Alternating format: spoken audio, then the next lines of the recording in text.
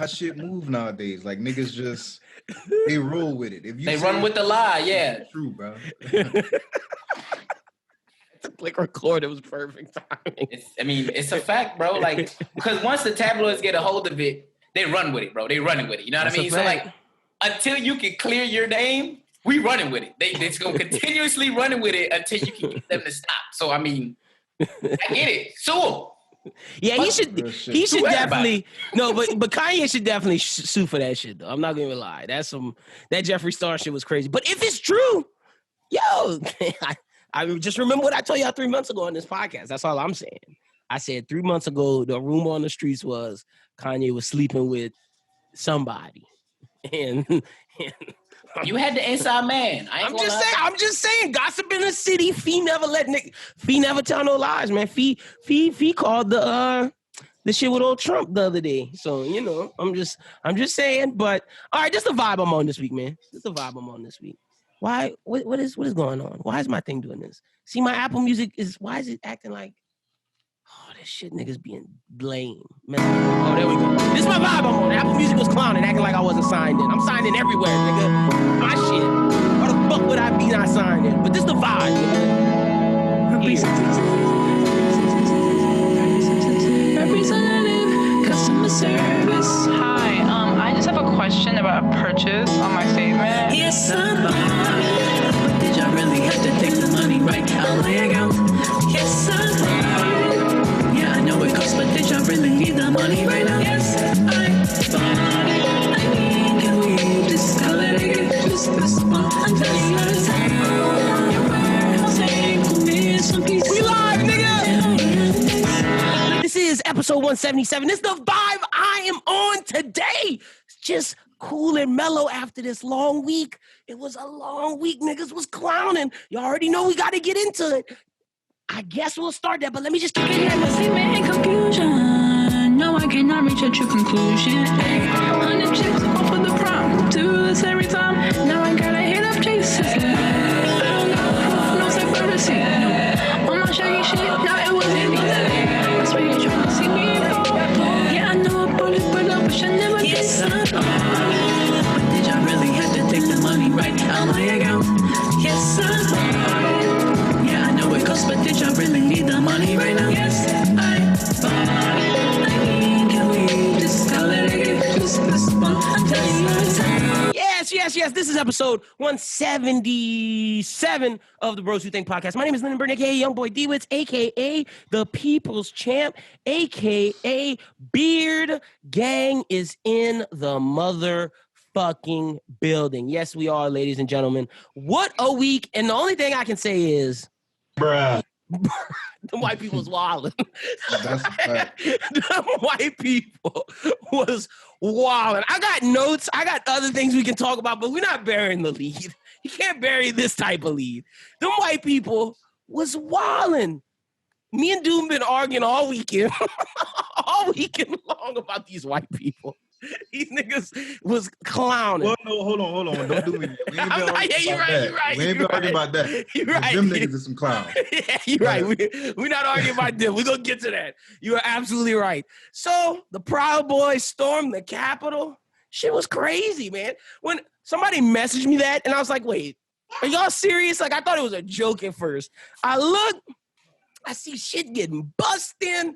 Niggas was getting pushed off of buildings. I know you saw the Mario meme. That nigga climbing up. I've seen that. They hit him with the do, and he fell. That shit was fucking hilarious. Then somebody died. Like somebody of the Proud Boys died. That lady got shot, and then they bashed in a cop's head with some fucking fire extinguisher. Them niggas was wildin'. All over a vote, bro. All over a vote. Brooklyn, you believe that shit was happening? You had the news. Bro. I walked in that day. I don't know what. I was feeling good that day, too. You know what I'm saying? I walk in that day, and everybody's crying around the TVs. And I'm like, what the fuck going on? Like, bro, they storming the Capitol. I'm like, they storming the Capitol? I know it was protesting, but they storming the building? They're like, bro, yes, they storming the building, bro. So, you know, we watching it, whatever we watching. And you know, Fox News, they don't give a damn, bro. Like, so, like, it's like 2:30, and Fox News has already released the video of the girl getting shot, like her getting put in the ambulance. I'm like, oh, that bitch dead. Like, cause I'm like, you see them trying to stop the blood from squirting out her neck, and I'm like, oh, that's a dead shorty right there, bro. And I'm like, I'm watching all this stuff, and I'm like, I ain't seen hashtag Blue Lives Matter all weekend. Silence. The hypocrisy is real. Niggas they talking about. I heard Fox News drop Antifa so many times, bro. I'm like, bro, who is? You remember that old Radio Shack commercial when we first found out what Bluetooth was, and they kept saying Bluetooth? They was like, Bluetooth. What is Bluetooth? What is Antifa? Show me the proof that they exist, bro. You're talking about the fucking fairy tale. I mean, you're talking about the Tooth Fairy. They talk about Santa Claus. Show me Antifa, bro. At this point, you're just throwing names out there, bro. They just ducking and running and trying to find any excuse because they mans. That nigga started that, man. Trumpito said, "Oh, all right, y'all don't want to change the vote? Bet, nigga, bet." You niggas stormed the Capitol. Get it done. Some of these minorities got to be ashamed of themselves because they caught y'all. Oh yeah, they was there. They caught y'all on tape. Embarrassing. Why y'all there? I seen my brown brothers from the Middle East. I seen my Latinos. I seen Asian people. Why y'all there? I even seen some black people. They definitely had some niggas there. Oh, it was a few niggas there, bro. Yeah, they was there. Dude, what you thought of all this? Did you believe it was going down? Because I definitely didn't. I was like, whoa, this is crazy. Well, when I first heard it, bro, I thought like, oh, niggas just climbed the wall. Niggas, went a little too far than they should have. But when I seen they was like taking fucking podiums out that motherfucker, they was sitting on Pelosi desk with his feet up and shit. Like, I was like, yo, these niggas is going crazy, bro. It's a big fact. There was, bro, I ain't never seen nothing like this.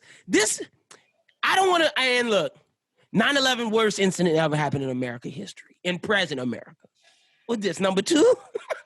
I mean, as far as 9/11, the only thing that matches up to 9/11 would be Pearl Harbor. You know what I mean? Like, because it was like a worse kind of terrorist attack from outside. Those are the 2 worst, for sure. This was a whole coup, my nigga. Like, this is crazy, bro. This is crazy. Even though, that's my thing. That's what I keep saying. Even though niggas was like, man, these white people not about to get this shit done. Like, I was just like, wait till the nighttime. Them cops gonna start busting your fucking ass. And that's really what it was. When the FBI got there, they cleared that shit out. And I ain't hear not one illegal thing, but I know the FBI was probably doing things that in the light. I ain't see it. I don't know. Right. But at nighttime, FBI was like, nah, I'm finna put my paws on you, big dog. You finna move. They bust them. They bust their ass. I don't give a fuck. Bust their ass. Because that was a coup. That's what like all these Republicans are failing to like mention. Like, oh yeah, this was like our Black Lives Matter. No, it was not. Shut up. This had nothing to do with rights. You niggas was trying to take over. And that you saw Colin Powell came out, was like, I can't be a Republican no more. They even got the most loyal Black Republican ever to say he not no more. That's crazy. Because they realize, bro, this is nuts, my nigga. Like, and the crazy thing, bro, like some of the best pictures that were taken, bro, was from a fucking war photographer. He's been covering wars since they first sent him to Nam. No, I lied. The first one he did was the overthrowing of the government in Panama in like 1960 or some shit like that. And he said when he found out that Trump was making a speech, he charged up his cameras, had all his things ready to go. And he did his own article, his own piece, and there's videos of them yelling at the cops, "We're one of you! We're one of you! Let us in!" Nigga, how does that make sense, bro? They supposed to be defending your country. They doing their job, and you talking about let me You know who saved the senators? A black man. A black man. Yeah. Shout out to that nigga. Dude, we taking care of him, man. They treat us bad. The black man saved everybody. That's my thing, though. And I just want to point out, bro, that this was because it was a coup attempt. You know what I'm saying? But let's look at the niggas who identify as like the Trumpers, Proud Boys type people. They were able to breach the Capitol and look at what they did once inside. Like, look what was on their mind. Like, nigga, let's go get these photo ops at Pelosi desk and shit. They wasn't really doing nothing. You know what I mean? It really was doing it for the gram. Idiots, man. Like this is the shit that we deal with in America, bro. You know what I'm saying? Like that could have been so bad. That's what I'm saying. You look at other countries and like political turmoil, bro. These that would have been a bomb. Really, been a bloodbath. They're going to war over that shit, bro. Like on some real shit. Like every day is like life and death type shit. And these niggas do all that and they still in podiums and they fucking, you know what I'm saying? Like, come on, dude. Like, imagine if get these niggas the just fuck imagine if Al Qaeda had a good actor with him, like a good, like it'd have been over. It'd have been over with. I'm saying, bro. That'd have been. But let me tell you this: Hollywood, y'all portrayed wrong because I saw White House down. I saw all that other shit. That's not how it went down. That's not how it went down. Not even close. Not even close, bro. Like I watch the redneck vampires out there, bro. I watch Air Force One. They had more security on the Air Force One or Con Air, whatever the fuck that shit was, with the president on the plane, nigga, than this shit. That's crazy. But also, it's not the White House. But still, if I'm a senator, I'm like, yo, you niggas almost like, what does Ted Cruz tell his wife? Ted Cruz already got punked by Trump with his wife, when Trump called his wife ugly or some shit. Then. Now he looking like a bitch supporting Trump and these people about to kill him. What, as a man, how you gonna look at your wife in the morning? I couldn't.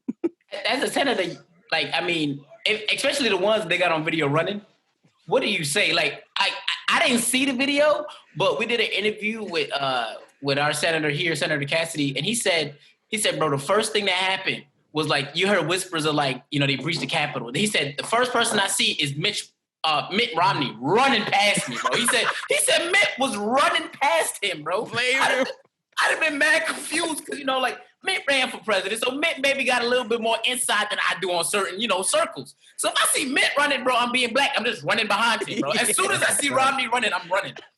I can only imagine, bro. Like the ones we caught on video, bro. I see you. Oh shit, that's crazy. Just to see Mitt Romney taking off. On the other side, have y'all seen about the West Virginia congressman who stormed the Capitol? Oh, he was with him? He was with them, bro. Went live on Facebook. I did. Nigga was live on his own Facebook talking about Donald Trump. As they storm in the Capitol, he's in there. He gets in the building with them. That's nuts. That's like the on his bro. That's like the owner of Rouse's. That nigga was there. He was storming with him. But there wasn't proof of him like doing shit. Getting in the building. Like there's not even proof of him in the building. You know what I'm saying? They just know that we just know he was in DC. Yeah. This dude was he was at the rally. They got pictures of him at the rally. Live. But that's crazy. Yeah. The nigga's a senator and broke in.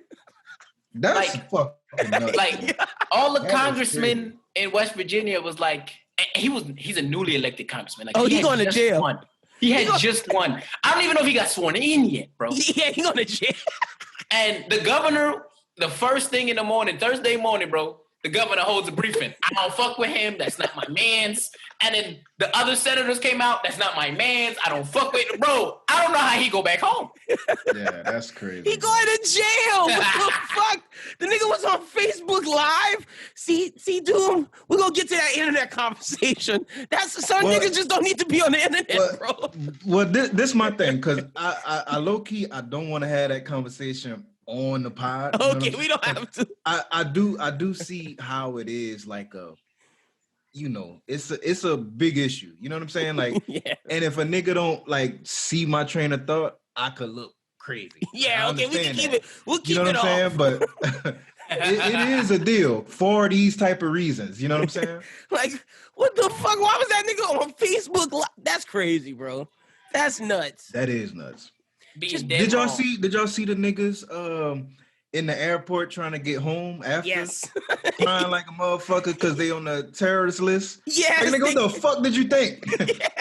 What the fuck did you think? We were just expressing our rights. No, nigga, what you did was act against your own government. Did y'all see after that? Did y'all see right after that, dude? They had the video of the cops coming in after they find out they're on the terrorist thing and arrest them, and then people in the background like, she has kids, and the cops like, bitch, I don't give a fuck. Yeah, for real. Them senators got kids. Those congresswomen got kids. Like, Facts. Like what happened when they be storming in black people's house and taking people out, just yanking them out their house? Like, bro, come on, man. And that's my thing, bro. I don't understand how you can feel so I don't feel no sympathy. That's your right to storm the Capitol, but Breonna Taylor didn't have a right to just be sleeping in her bed. Niggas always got some kind of, her boyfriend was selling drugs. So like, nigga, that don't mean shit. Yeah. She was sleeping in her own bed, my nigga. I have no sympathy for none of them. Still didn't lose their life. We got one that just went a little too far and they ain't had no choice. But for the most part, all these niggas that were storming the Capitol, they still ain't lose their life. They got more casualties from the cops. Yeah. They had they had other people die from the most things that happened was people died from medical emergencies. Like, I bet you did have a heart attack, bro. Yeah, I shouldn't have been climbing up there. That's what I'm saying. I have no sympathy for none of them. Go to jail. And my thing was, if y'all not arresting all of them, don't tell me nothing about no petty thieves. Don't tell me nothing about no drug dealers. Don't tell me shit about selling drugs, doing drugs. Right. I don't hear shit about that. If you can't arrest a terrorist, then nigga don't come arrest me for smoking no weed, nigga. Fuck out of here. Yeah, real shit, though. I'd rather be known for selling drugs than being a terrorist. A terrorist and someone that's... Bro. It's crazy. I know y'all see y'all seen the video, the main one that went viral with she got maced and that dude trying to interview her.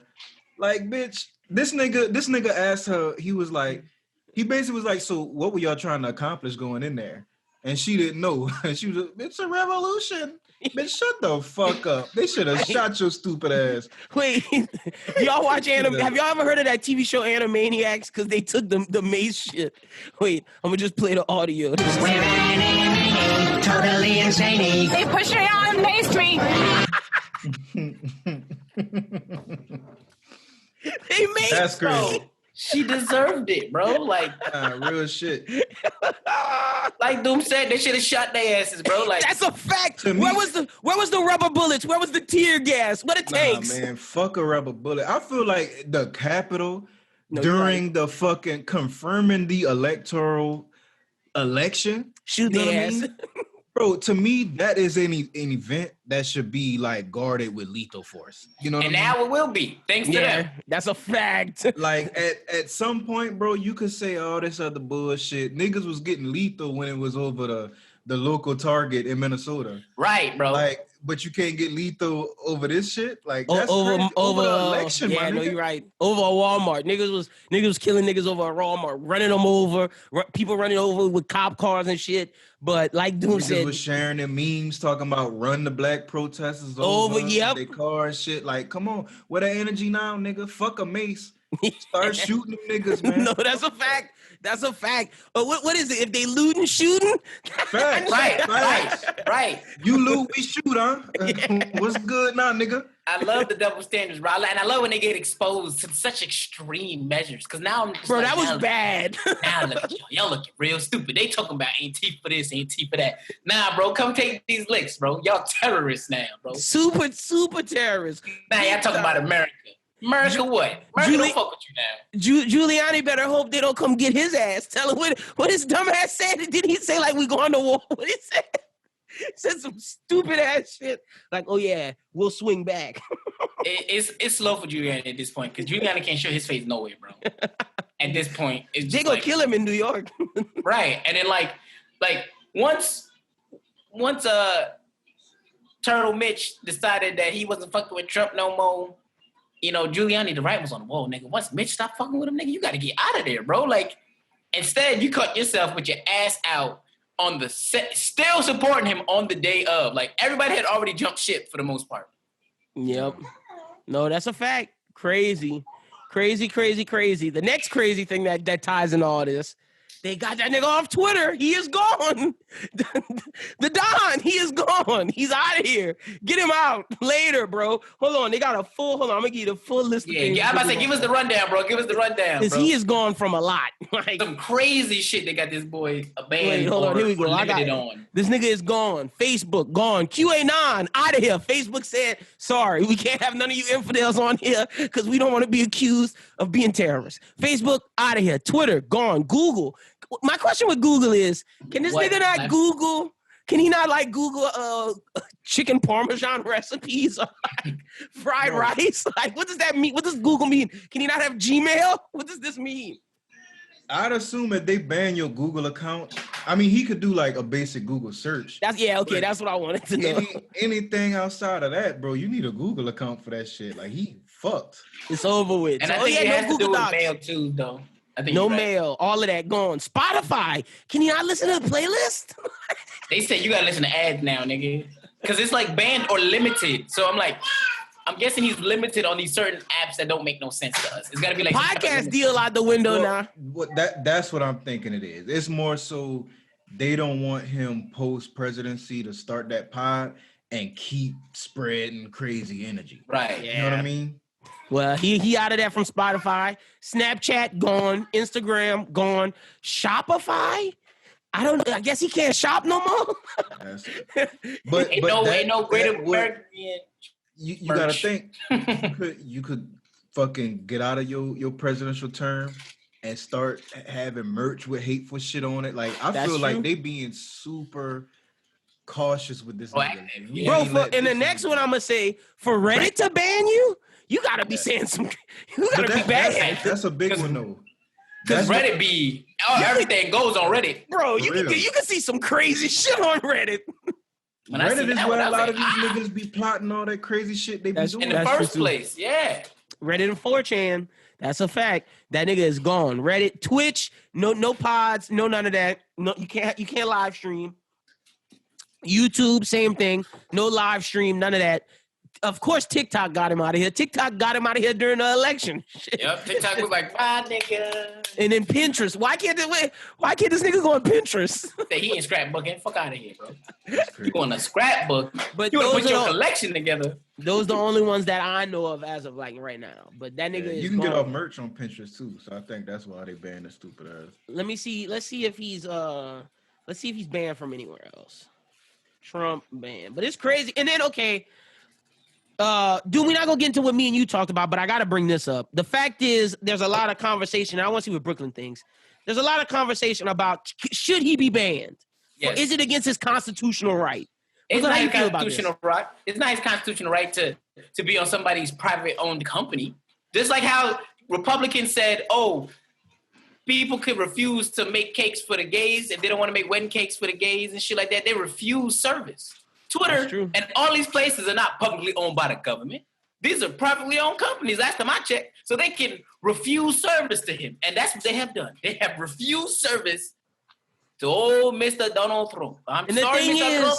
Pack it up, bro. It's not because of what he said, because he's been saying lies all. Is the fact that he promoted violence. That's what it is. That's why these niggas got him out of here. Oh, and I found out what the Google thing is. Google pulled Parler, a social media app for conservative and far-right extremists. That's what they did.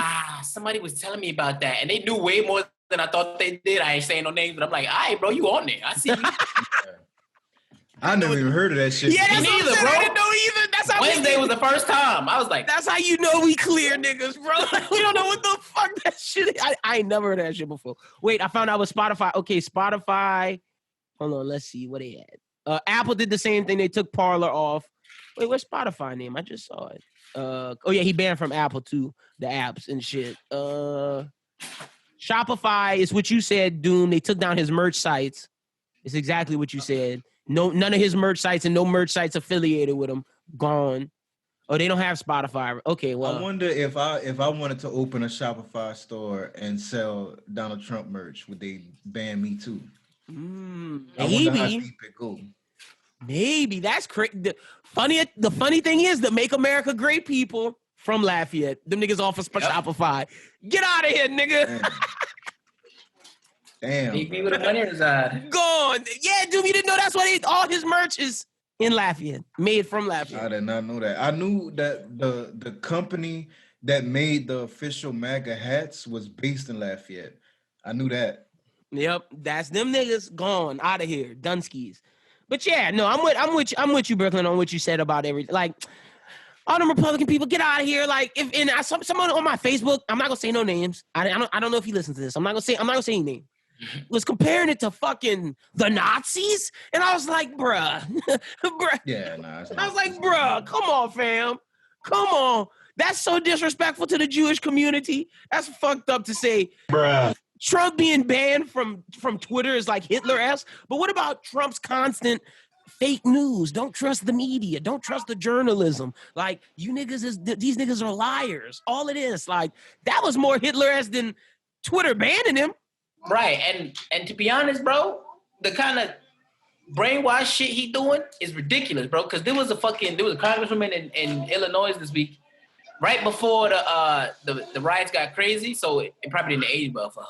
She said she was at a rally, whatever. She says Hitler had one thing right. We have to secure the youth and make sure the youth believes in our movement. And I'm like, Yeah, that's crazy. Crazy.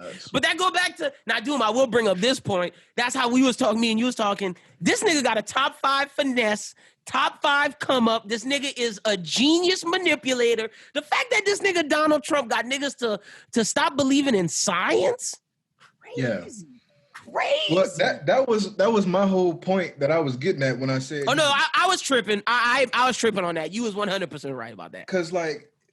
The fact that you can manipulate people into believing shit that is obviously not true takes a crazy skill set, bro. Yeah, that's nuts. You know what I mean? That's literally the same as me and you standing outside. We looking up at the sky, and I tell you, hey, that motherfucker green. And at the end of the conversation, you believe that it's green. Yeah, I'm like, oh yeah, it's green. That's what he did, bro. No, that's you a know fact. what I'm saying? And that takes some crazy, like. It take a crazy skill set to be able to do that to the masses at that. You know what I'm saying? Like, this wasn't just a handful of dumbass niggas, in the corner of the internet. Like, he had damn near half the country believing his bullshit. Yeah, that's a fact. And now like, they all feeling dumb now. Bro, I gotta say, and I know people gonna get mad at me for this, but I don't care. I don't care. As painful as the last 4 years of Donald Trump was, I think it felt amazing to see all these hypocrites just wrong. Like, it's the biggest I told you so. Like, you niggas was not just wrong. Y'all was really wrong. And y'all almost forced a coup. Like, shame on y'all. Shame on y'all. I also think I'm glad that this happened because now y'all can't go back to being closet racist, my brother, because I already got the proof, baby. Yeah. I done seen you show your ass on the internet. Yeah. I seen you show your ass in public. I seen you show your ass in profile pictures. You know how niggas was editing their pictures and you could put like the little bottom line on there, like Trump 2020, Trump 2016. That's it, baby. Yeah. It's not going away. I remember who you are. I blocked a couple people because of it. It's a lot of It's a lot. Bro. I'm saying, bro, I've been on Facebook for a very long time. Like maybe since around 2010. I've maybe had like 2 or 3 niggas that I ever felt like I needed to block. Bro, if I'll go to my list of block accounts. Oh, it's a lot. I got a lot too. The last 4 years, bro. Woo. It is long, my nigga. And I'm saying it's literally like just the fact where I can't take a level of stupidity. You know what I'm saying? Right. And that's the crowd that Trump attract. Cause like Lynn will tell you, bro, me and this nigga disagree on a lot. That's a fact. We can have a conversation without it being some crazy shit. You know what I'm saying? Like, and for whatever reason, Trump crowd is that crowd where it's like, all right, I disagree with you, but because I disagree, now I gotta be some shit. You know what I mean? Right. And that I can't fuck with that, bro. You gone. Yeah, no, I'm with you. That showed y'all ass that's on that type of time. Y'all done. It ain't no coming back from that. Yeah, it's bad. It's bad for y'all out here. So just know we told y'all. Let me find. I think I got a sound effect for these niggas. It's just all right. Y'all are over with. We'll see y'all. Peace out. Time to go. Bye-bye. It's over with. I feel good about it. Me, I'm loving it. Sensational, baby. Like I love it. I'm so glad y'all did all of that.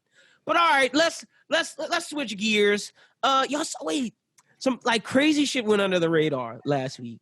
Y'all saw what Von Miller told his baby mama? Von Miller texted his baby mama, said, "I'm honestly praying for a miscarriage." Oh my God. That's crazy. Both of y'all face. Both of y'all face. Wait, it gets worse. He says, "Fucking disappear and get an abortion. You so fucking whack for this. Keep a nigga baby. You lame as hell for that." Baby mama released the text messages, allegedly. Of course she did. I would have done it too if I was her.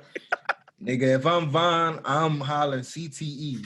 My head is fucked up, nigga. I don't know what I'm saying. Fuck that. That's crazy. You can't say shit like that. Yeah, you can't. What I'm about to say. You That's can't wild, do it. bro. I'm praying for a miscarriage. That's nuts. That's fucking out. That's insane. Like, you can have a conversation with your baby mama about that, but like, Not even, bro. Not even, bro. no. I'm You talking can about be mad with your boys at the bar and be spewing that kind of anger. Yeah. Yeah, you know can't. what I'm saying? No. I'm not saying. I'm saying like y'all gotta have the conversation if y'all gonna keep it or not. That's something y'all can talk about. But like, it's her choice at the end of the day. He But said, you're right. You gotta. bitch. Like, nigga went full Dave Chappelle anger on her. Like, bitch, I hate you. Like, why did he tell her that? Yeah, you can't. You You can't say that. text nobody. You can't. do that. And really, when you think about the reason that he mad, now he done open the door for. But when that baby drop, nigga, You getting licking him for every motherfucking dollar, nigga. Give He me gonna- all that shit, nigga. Fuck you. Exactly, bro. Like, That was the whole and reason he so was mad. worse. And the judge gonna agree with it too, cause he got That's these a fact. texts. That's a fact. It's over with. Von got 18 years of this. That's a fact. While we kind of on football, bro, I just want to say shout out to the Cleveland Browns. Them niggas scored 28 points in the first quarter. It's 28-0. They busting their ass. 28-0 in the first quarter, my nigga. Embarrassing, bro. We gonna They talk gonna about this. work them niggas. That's crazy. But isn't it the defense? The defense doing everything, huh? I ain't watching it. I'm just looking at the score. Oh, okay, yeah. I know they had a fumble. That's crazy. That's nuts. Shout out to Cleveland. I hope the Steelers get their ass bust. Wait, The Brooklyn, defense that's is your doing a team? lot. The defense is doing a lot. They got 2 picks. Wait, Brooklyn, that's your team, huh? I ain't saying shit. That Fuck is your y'all. team. Oh, I forgot. Your team getting their ass They- bust. I've been said I didn't even know we would come out and have such a good regular season. Like, I thought Yeah. it was completely trash. Like, this whole season to me was a complete shot. So I was Oh, yeah, 11-0 was fake. going very. Yeah, I was like, I don't see us going very far. Like, I already said it. I wasn't predicting us to go out. And Juju Smith needs to stop dancing. Not with Juju as our lead receiver, bro. Like, Juju gotta stop dancing, bro. He causing niggas coming for his neck. So, also, Doom, man. We were supposed to talk about this last week, but it came out the day we dropped the pod. Would you fight academics if you was Rory? We would have to, bro. Because I feel like it's a lot of shit. Brooklyn, you know what happened? Wait. Brooklyn, you know what happened? uh-uh. Academics. Explain for the people. Yeah. Academics exposed on Twitch that Rory was cheating on his girlfriend Nah. and that he got a His video fiance. of it. His fiance, Nah. yeah. And he got a video of it and he was like, if you keep talking about me, I'm going to drop it, nigga. Fuck you. And he was talking in the most disrespectful tone. That's what got doomed for a lot. Well, he was talking greasy. And Yeah, he was it's- talking it's- super greasy. You know Yeah, what now I'm we saying? gotta fight, bro, because the way he talking, he clearly want to see these hands. Clearly. But see, this is the thing. Not only are you talking about me and my fiance, but the energy he was bringing, he was like, yeah, nigga, y'all always trying to paint me to be the corny nigga, but I'm gonna show you, nigga, when it's come time to handle business, I'll I'ma fucking get in you, nigga. Yeah. Like, he literally said that. He definitely said those exact And words. I'm just like, bro, nah, man. But I will say, I can't never tell with Act, because I really think that a lot of that story wasn't true or super exaggerated. You know what I Right. mean? But if he was telling the truth when he said Rory pulled up to his crib, That's a fact. it's fair game, nigga. You show up to my house. Because apparently Rory from the Joe Budden podcast would go send a threatening letter to Academics' mailbox, apparently. Like, he dropped some shit off in the mailbox. And it was like, threatening fuck him. you. Yeah, He didn't say threatening what it was. Right. But he said it was a threat, and he dropped it off in his mailbox. Like, actually pulled up to the crib. Yeah, to his house. And so it was like, all right, nigga, you doing that. Now it's up Yeah, there. everything off the table that is But still, that's between. I feel like that's between us. You don't have to bring. Yeah. You don't have to bring my love life into this. That's fucked Yeah, up, man. nigga. But he should know that Academics been showing us that he fight with the gloves on, bro. Come That's on true. now. Yeah. That's true. But But if I'm Maul, I gotta say something to add because you're not gonna keep calling me Mealy Maul on some fucking Yeah. street. Fuck But out of see, here, nigga. I think Maul ain't worried about that, man. That's Maul true, not trying too. to get twisted in the middle of some Act shit. Like, I feel like the thing with Act, he understand his audience, and he understands exactly the type of shit that his audience fuck with. They like that And this is salacious it. content. Yeah. You know what I mean? Oh, but yeah. to me, I think, nigga, if I'm or if I'm Rory in my relationship, you just saying like, hey, nigga, I got proof that you cheating. That is already equal as you dropping the proof. If it was real, drop the fucking proof, nigga. Shut the fuck up and show us what the fuck you talking about. Because honestly, now my dude, bitch already looking at me crazy. that's what, yes. It don't even fucking matter. It don't even matter if you waiting or not. Just drop it. Yeah, because he tried to pull that shit where I ain't gonna drop it because I'm a real nigga and I respect your relationship. Yeah, like Hey, come no, on, you don't, nigga. You on the internet with it right now. Y'all That's already the thing. fucked my shit up. So just drop it, bitch. That's why I think he capping. Like everything that act do is bullshit. Because you definitely just right. saying that was the equal effect of dropping it. Yeah, You know no, what for I'm sure. saying? Like- he can't go to his house without talking. He can't go to his house without having a conversation about that. That's a fact. Yeah, for sure. You can't go to his house any day without having a conversation about that, nigga. Until there's a video proof, until he proven guilty or innocent, it's a conversation every fucking day. Yeah, that's for sure. And I will say this. This might be like changing the topic a little bit, but for women, I don't think it's never even about what the fuck you be doing. It's the fact that you got them out here looking stupid. Yeah, they don't want to. Either way, bro, this nigga Act was saying all this crazy shit with a picture of His girl. Rory girl on the green screen behind him. Right. And it's like, come on, bro. Like now everybody, all of these niggas that's watching this fucking video is It's looking different. at you like, damn, bitch. Now you know what I'm saying? Like You got this Yeah. white boy cheating on you. Yeah. That's what they saying. That's the and the fact Rory White definitely play into it most of. oh yeah, for sure. No, you right because because it don't even matter. It's like not that the thought is that it's gonna just keep burying in her brain. Bro. But you're absolutely right. A woman does not want to be embarrassed. Like you could, I'm not gonna say you could do anything, but like don't have her on Front Street where it's like all y'all business out in the open. Right. Yeah. Like you could I'm take saying, care of bro, it if it's like just between y'all. You can be and y'all let me know if I'm tripping, but let's say you go out somewhere with your girl, like you and your girl, y'all out at a bar or something. Your girl catch you doing a little bit too much with a chick. You just, flirting a little too heavy. You know what I'm saying? Y'all gonna have that conversation. She gonna be mad, but a couple days, you be able to shake back out of it. Yeah, You do that same shit on some IG comments where everybody else can see. You It's over, worse. my nigga. Yeah. You done. That's a fact, bro. It's No, over with. You right. Or just to even if y'all in public and her friends there, Hey, and that's somebody where you else doing catch it. you doing it? Yeah, that's where you fucked. It's over with. It's more so about the embarrassment for women. Oh no, I And agree with that. that's what Act did times 1,000. You know what I'm saying? Yeah, to You enter gotta the see me whole on that. world. I didn't know he You put her gotta in the see green me. screen behind. Yeah, That's- he did. Yeah, bro. He had Yeah, pictures bro. of her behind It was him bad. while he was explaining the shit. I told him I would have to fight that nigga because we for can't. sure. For sure. We You got gotta to. see me, my nigga. Yeah, that's a fact. But I think 100%. Act do what he do. He gotta have some type of security. Or He gotta something. have some guns at his house. Nigga. But I don't even see Act the type of nigga to pull the trigger. Like That if it too. came down to it, I don't even see him. You know what I'm saying? He could have 20 guns. He ain't gonna pull the motherfucker. That's a fact. He gotta have some security or something. He gotta have a ring alarm system, some dogs. He gotta have him something to that he got house. something, bro. Because He they got too many people mad at him. That's the thing. And it's like, I'm shocked they didn't. Well, I'm not shocked. I was expecting them to talk about it on the pod, but it was like when Joe was like, "We're not gonna pay this no attention." That's what I feel like was said. Yeah. Because I I feel was like expecting academics. it. See, but for that reason though, is I really feel like there is some validity to That's what I think. whatever See, Act was saying. that was my thought process, dude. Because if it was fake, they would have joked about it on the pod and been like, Yeah. this nigga wrong. But the Yeah. fact they didn't even go near it. Like, it was like, Yeah. they didn't even think about talking about that. That made me think that nigga might have did Because that. look at how they handled the Joe situation when they was accusing him of the shit with the dog. They BS that for like the next 3 episodes. That's a fact. Because Joe was like, nah, nigga, I don't fuck with dogs like that. You know what I mean? Y'all niggas tripping. And they joked about that multiple times after. And that was like a big deal. This You know what I'm remind me of when Joe cheated on Sin before they actually talked about it. Yep.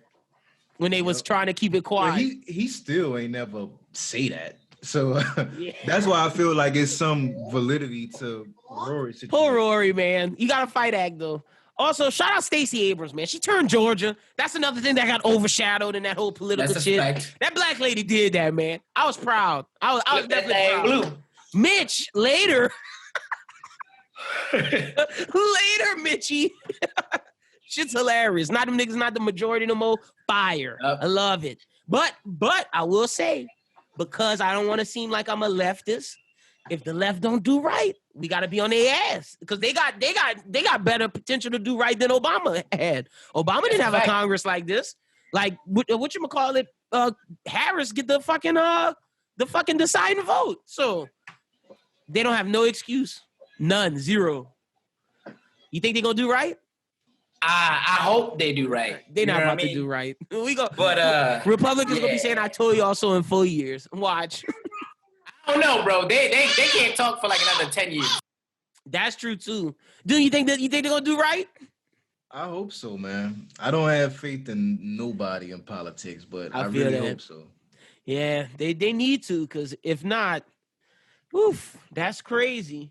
But let's see. Oh, this is my final little thing. How y'all be reacting when y'all see people you know out and about, but it's not someone like you're friends with, like you just know them? Before COVID? Let's do before and out. Do you just walk past them or do you talk to them? During COVID, bro, I just be walking, bro. Before, did you talk to them? It depends on how much I fuck with them. You know what I mean? Like you said, if it's somebody I just had like a class with, if you make eye contact, I may give you a head nod or something. You know what I mean? But like, if it's somebody like this is a couple of people that I still don't really fuck with, but I've had like, because broadcasting was small at ULL, so I probably say, "Hey, what's up, bro?" You know what I mean? But I'm not gonna stop having a I don't conversation. even do that. If I see Doom on the streets, if I see Lynn on the streets, I'm acting an ass. Yo, what's good, my nigga? How you doing? You know what I'm saying? I'm acting a whole bunch of questions and shit. I don't care if you with your girl finna stop you. I'm that type of nigga. No, I feel that. I fuck with you. But that's if that's your friend. I'm talking about if I don't fuck with you, or even if you not my friend, even if we're on middle ground, I'm not really trying to stop and talk to you. I'm gonna just keep it pushing. I'm the same way, bro. Like, and luckily I don't have to deal with that because I'm like across the fucking country. But every time I go home, because you know Karen Crow is you see everybody. That happened when I went to Liberia. I didn't want to talk to none of them niggas. Bro, I was in Super One last time I went home and saw at least 6-7 niggas I went to school with, but it was all niggas that like we know each other.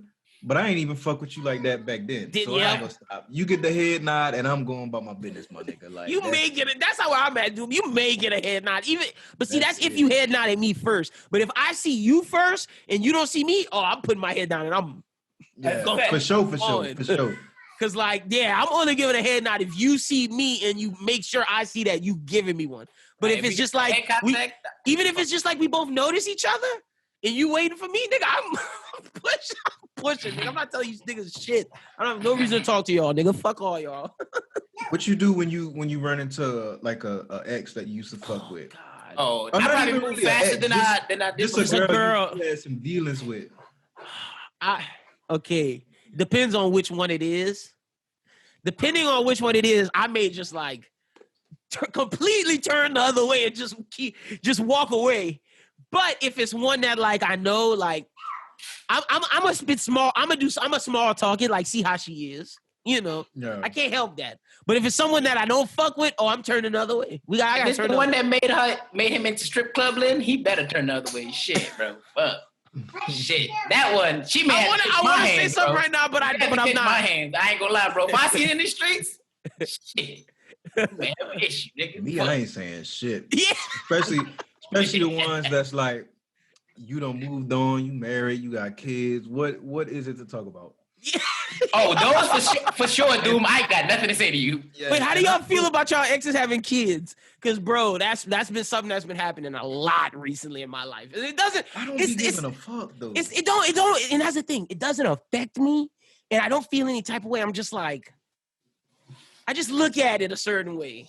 And I don't know what that way is. And it's not in a hating way. It's not in a jealous way. It's just like, all right. I guess that's not. I guess y'all look okay together. I guess your kid is not ugly.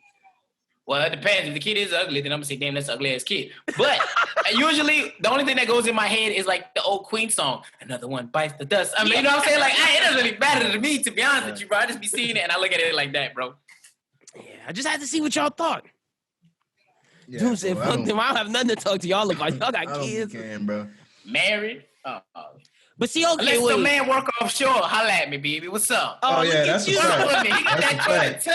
He got that 2010 going. Fuck with me. What's up, baby? That's a fact. Hold on. That's when You you need some start help with doing them stupid shit, groceries. like poking on Facebook. See? Yeah. Hey, what's good?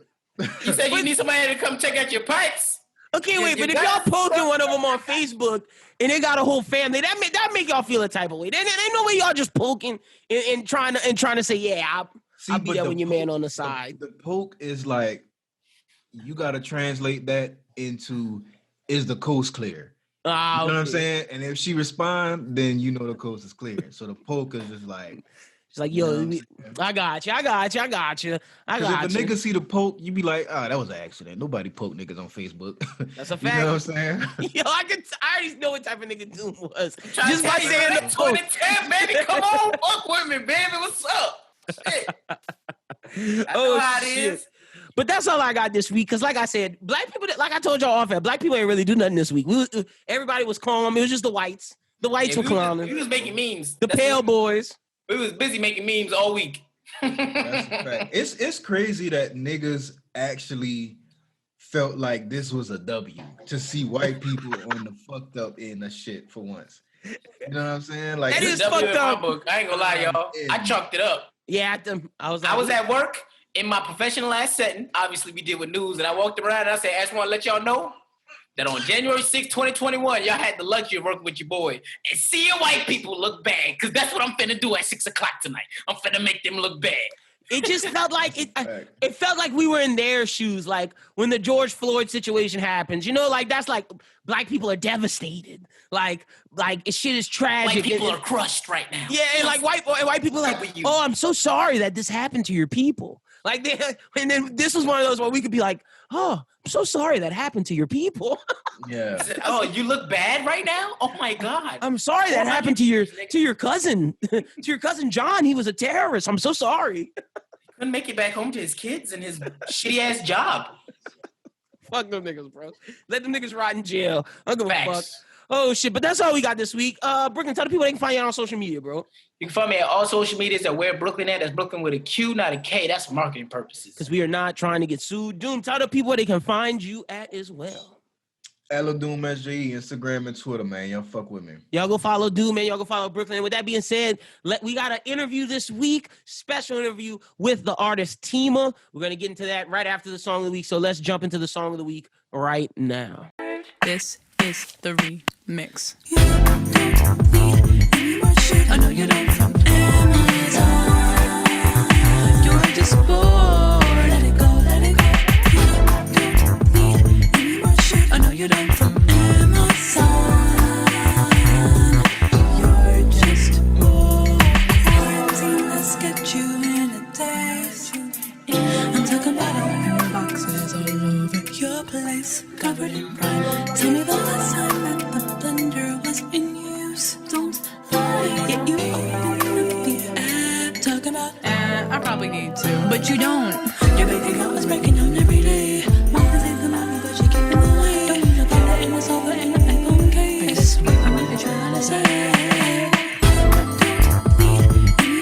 I know you don't from Amazon. You're just bored. Let it go, let it go. You don't need any more shit. I know you don't from Amazon. I know you wanna break it down.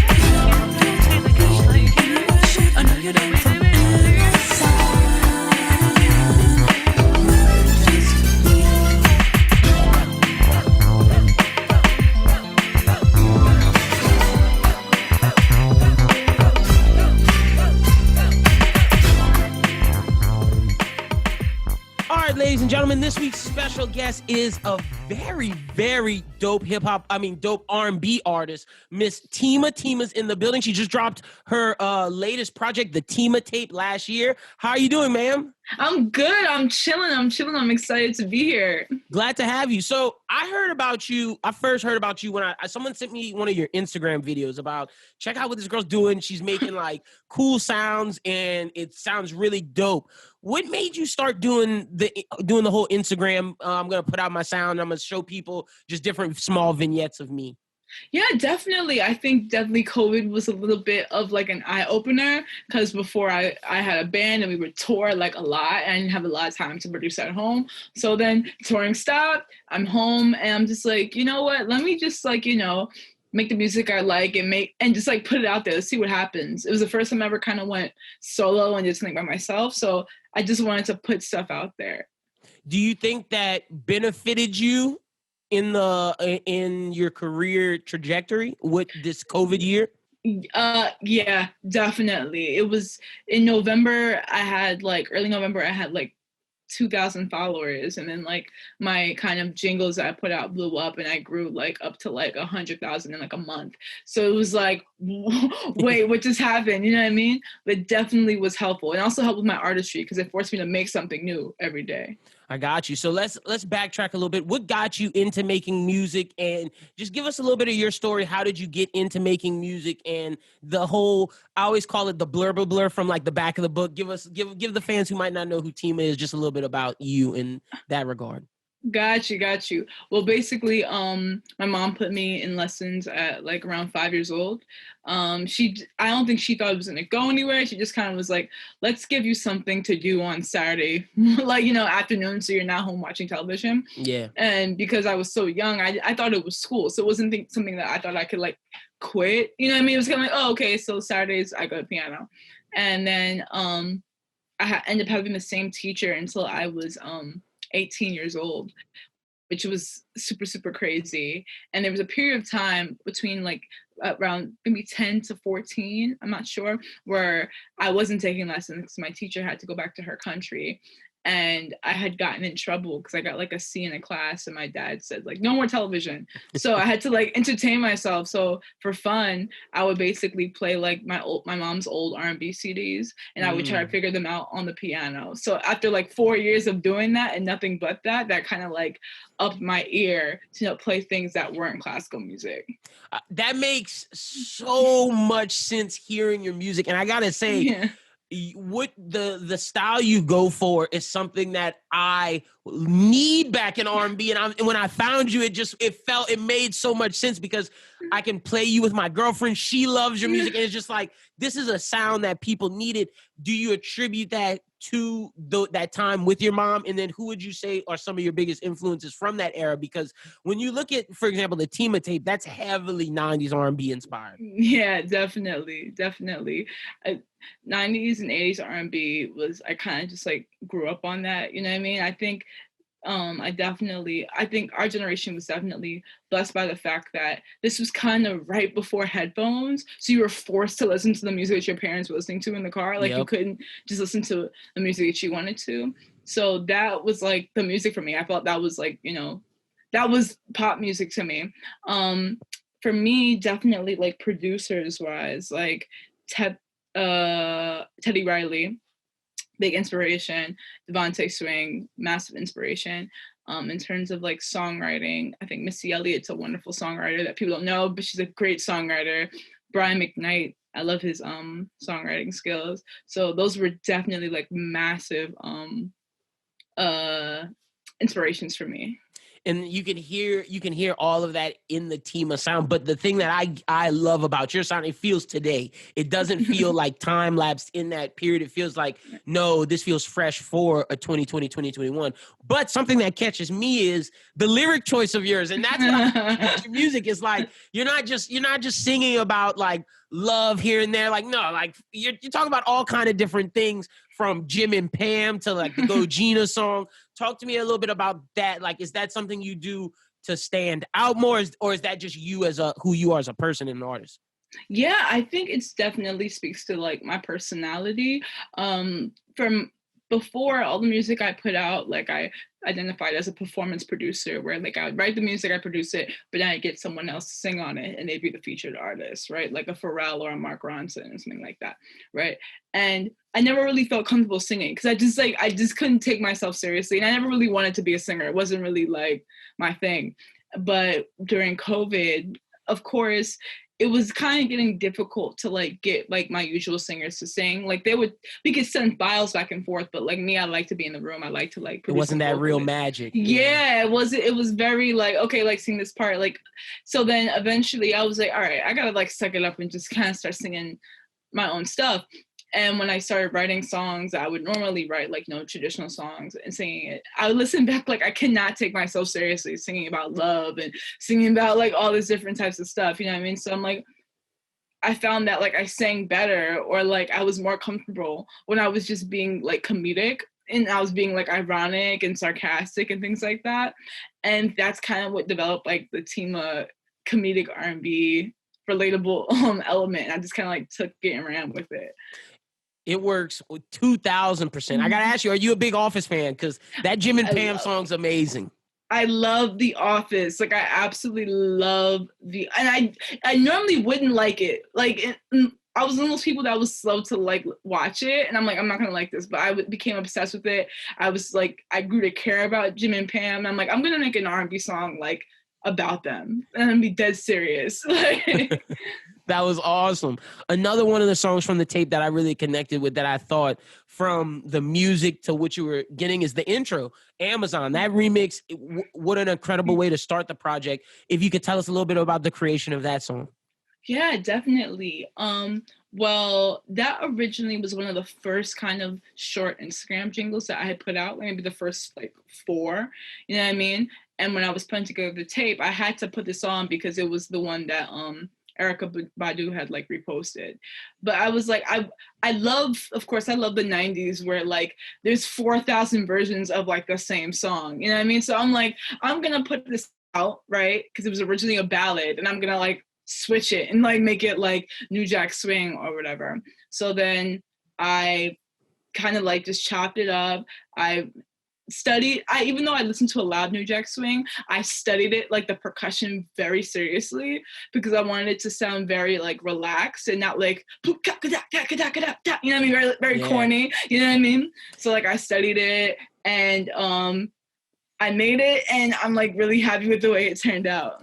And I think that just the way you talked about how you do your drums, that's what I mean when I say it's fresh 2021 sounding. It doesn't feel like it's stuck in that time period. Another one that I love is I Bought It. Like you started off and it's just like the beginning jingle, and it's just a vibe, and then you switch it up and you're like, okay, we're ballading at the end of it. Talk to me just a little bit about that song, how you go from the beginning of like, oh yeah, we're dancing, we're getting into it, and then it switches to that ballad. Yeah, definitely. That was also a jingle. I kept that the same. I just kind of like elongated it and kind of like played with the beat. I wanted that to be something that you could, vibe to. It's very kind of like relaxed, but it kind of has kind of a rhythmic energy to it. And I like to fuse ideas, you know what I mean? So like the hook is a little bit more reminiscent of maybe like late 90s, but like I wanted the verses to feel a little bit more familiar. So I like up the auto-tune on it, wanted to make it feel like, very modern, made it like rap singing, bubblegum trap kind of stuff. And I'm someone like that just likes to shake stuff up. So like at the end of the hook, I'm like, all right, I gotta go with like a new time signature. I gotta throw in some jazz.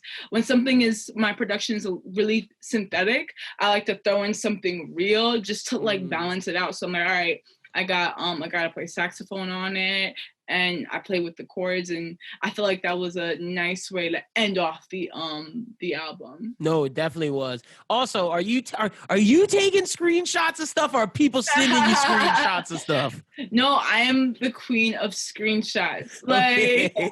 I love the screenshots because I hate being gaslit. Okay, now is there a specific art to the screenshot, like not getting caught, or is it like the way you explain it, like, yeah, it's screenshot, but it's for my use to win an argument later down the line?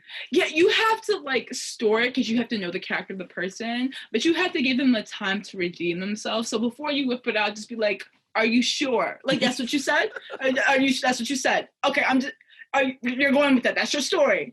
Okay. And then you bring it out. You know what I mean? So that there's no confusion. Let them be solidified in their answer. So you'd be like, that's not it. Sorry. Nope. Try again. 100%. As a creative, as an artist, which one do you prefer more, being on the producing side or the writing side, or even more so the performance side? Because you, like you said, COVID, you weren't really into the performance, but now there's a fan base and an audience there to see you perform. So which lane do you kind of prefer more of?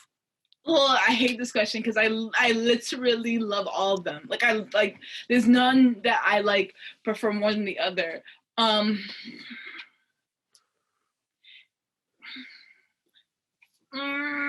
If I had to choose one that I only could do one for the rest of my life, and I couldn't do the other, it would probably be performance, because it's fun. Cool. It's a live interactive experience. You know what I mean? Like, you're right there with the people, and you have to kind of write and arrange the whole entire show. But I really like them all. Like, I wouldn't want to choose. 100%. 100%. Where do we go from here? Because like you said, you were doing stuff with the band before, but then this became your thing. What is the future like for a team, and what should fans expect for you coming 2021 and onward? Oh, hopefully this COVID gets out the way. People wear their masks. Yeah, facts. And I would just love to tour. Like, that's my dream. Just kind of like city, like almost all year round. You know what I mean? Not all the, like, eventually I'll get too old for that, but like, I definitely as long as you can. Yeah. Just all I ask is you put New Orleans on the list. That's all I ask. I got you. Awesome. Okay, well, before we get up out of here, we always do a rapid fire question where we just get away from the business. What's your favorite food? Just to let your fans know insight to you. Shrimp. Any kind of shrimp or crab, seafood. Got you. If you could go anywhere on vacation when COVID is done, where would you go? And everything's paid for. It's anywhere you want. It's rapid fire. Oh, I'm crying. Oh, California. I've never been to California. All right. I dig that. What's your favorite movie or TV show? Living Single. Oh, shit. Okay. Ew. How do you feel about them bringing Friends back, which is basically white living? Like, yeah. I don't know if this is gonna be a visual medium or not, but like, I want to say no disrespect to Friends, but it's kind of all disrespect to Friends. Like, Living Single was funnier than Friends, and it came first. That's a fact. Friends became the big one. And they all got careers after that. Like, but it's all right. I'm okay. I'm happy for them. Go for it. But Living Single was better. Hell yeah. Okay. Favorite movie if you got one? Titanic. Oh, yes. Okay. It's a masterpiece. Okay. I'm Carrie Rice. Is that your favorite Leo movie? Yeah. Okay. It has to be. Yeah. Okay. Definitely. Okay. Had to see. That's I've never gotten Titanic on the show. I like that. That's a great movie. All right. And then the final question we ask anybody: if you're the writer, director, producer to the Tima movie, how do you want that movie to end? Oh, I love that.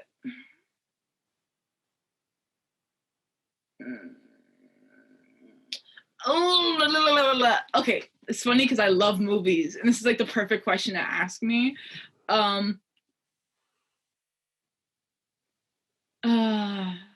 Me and my little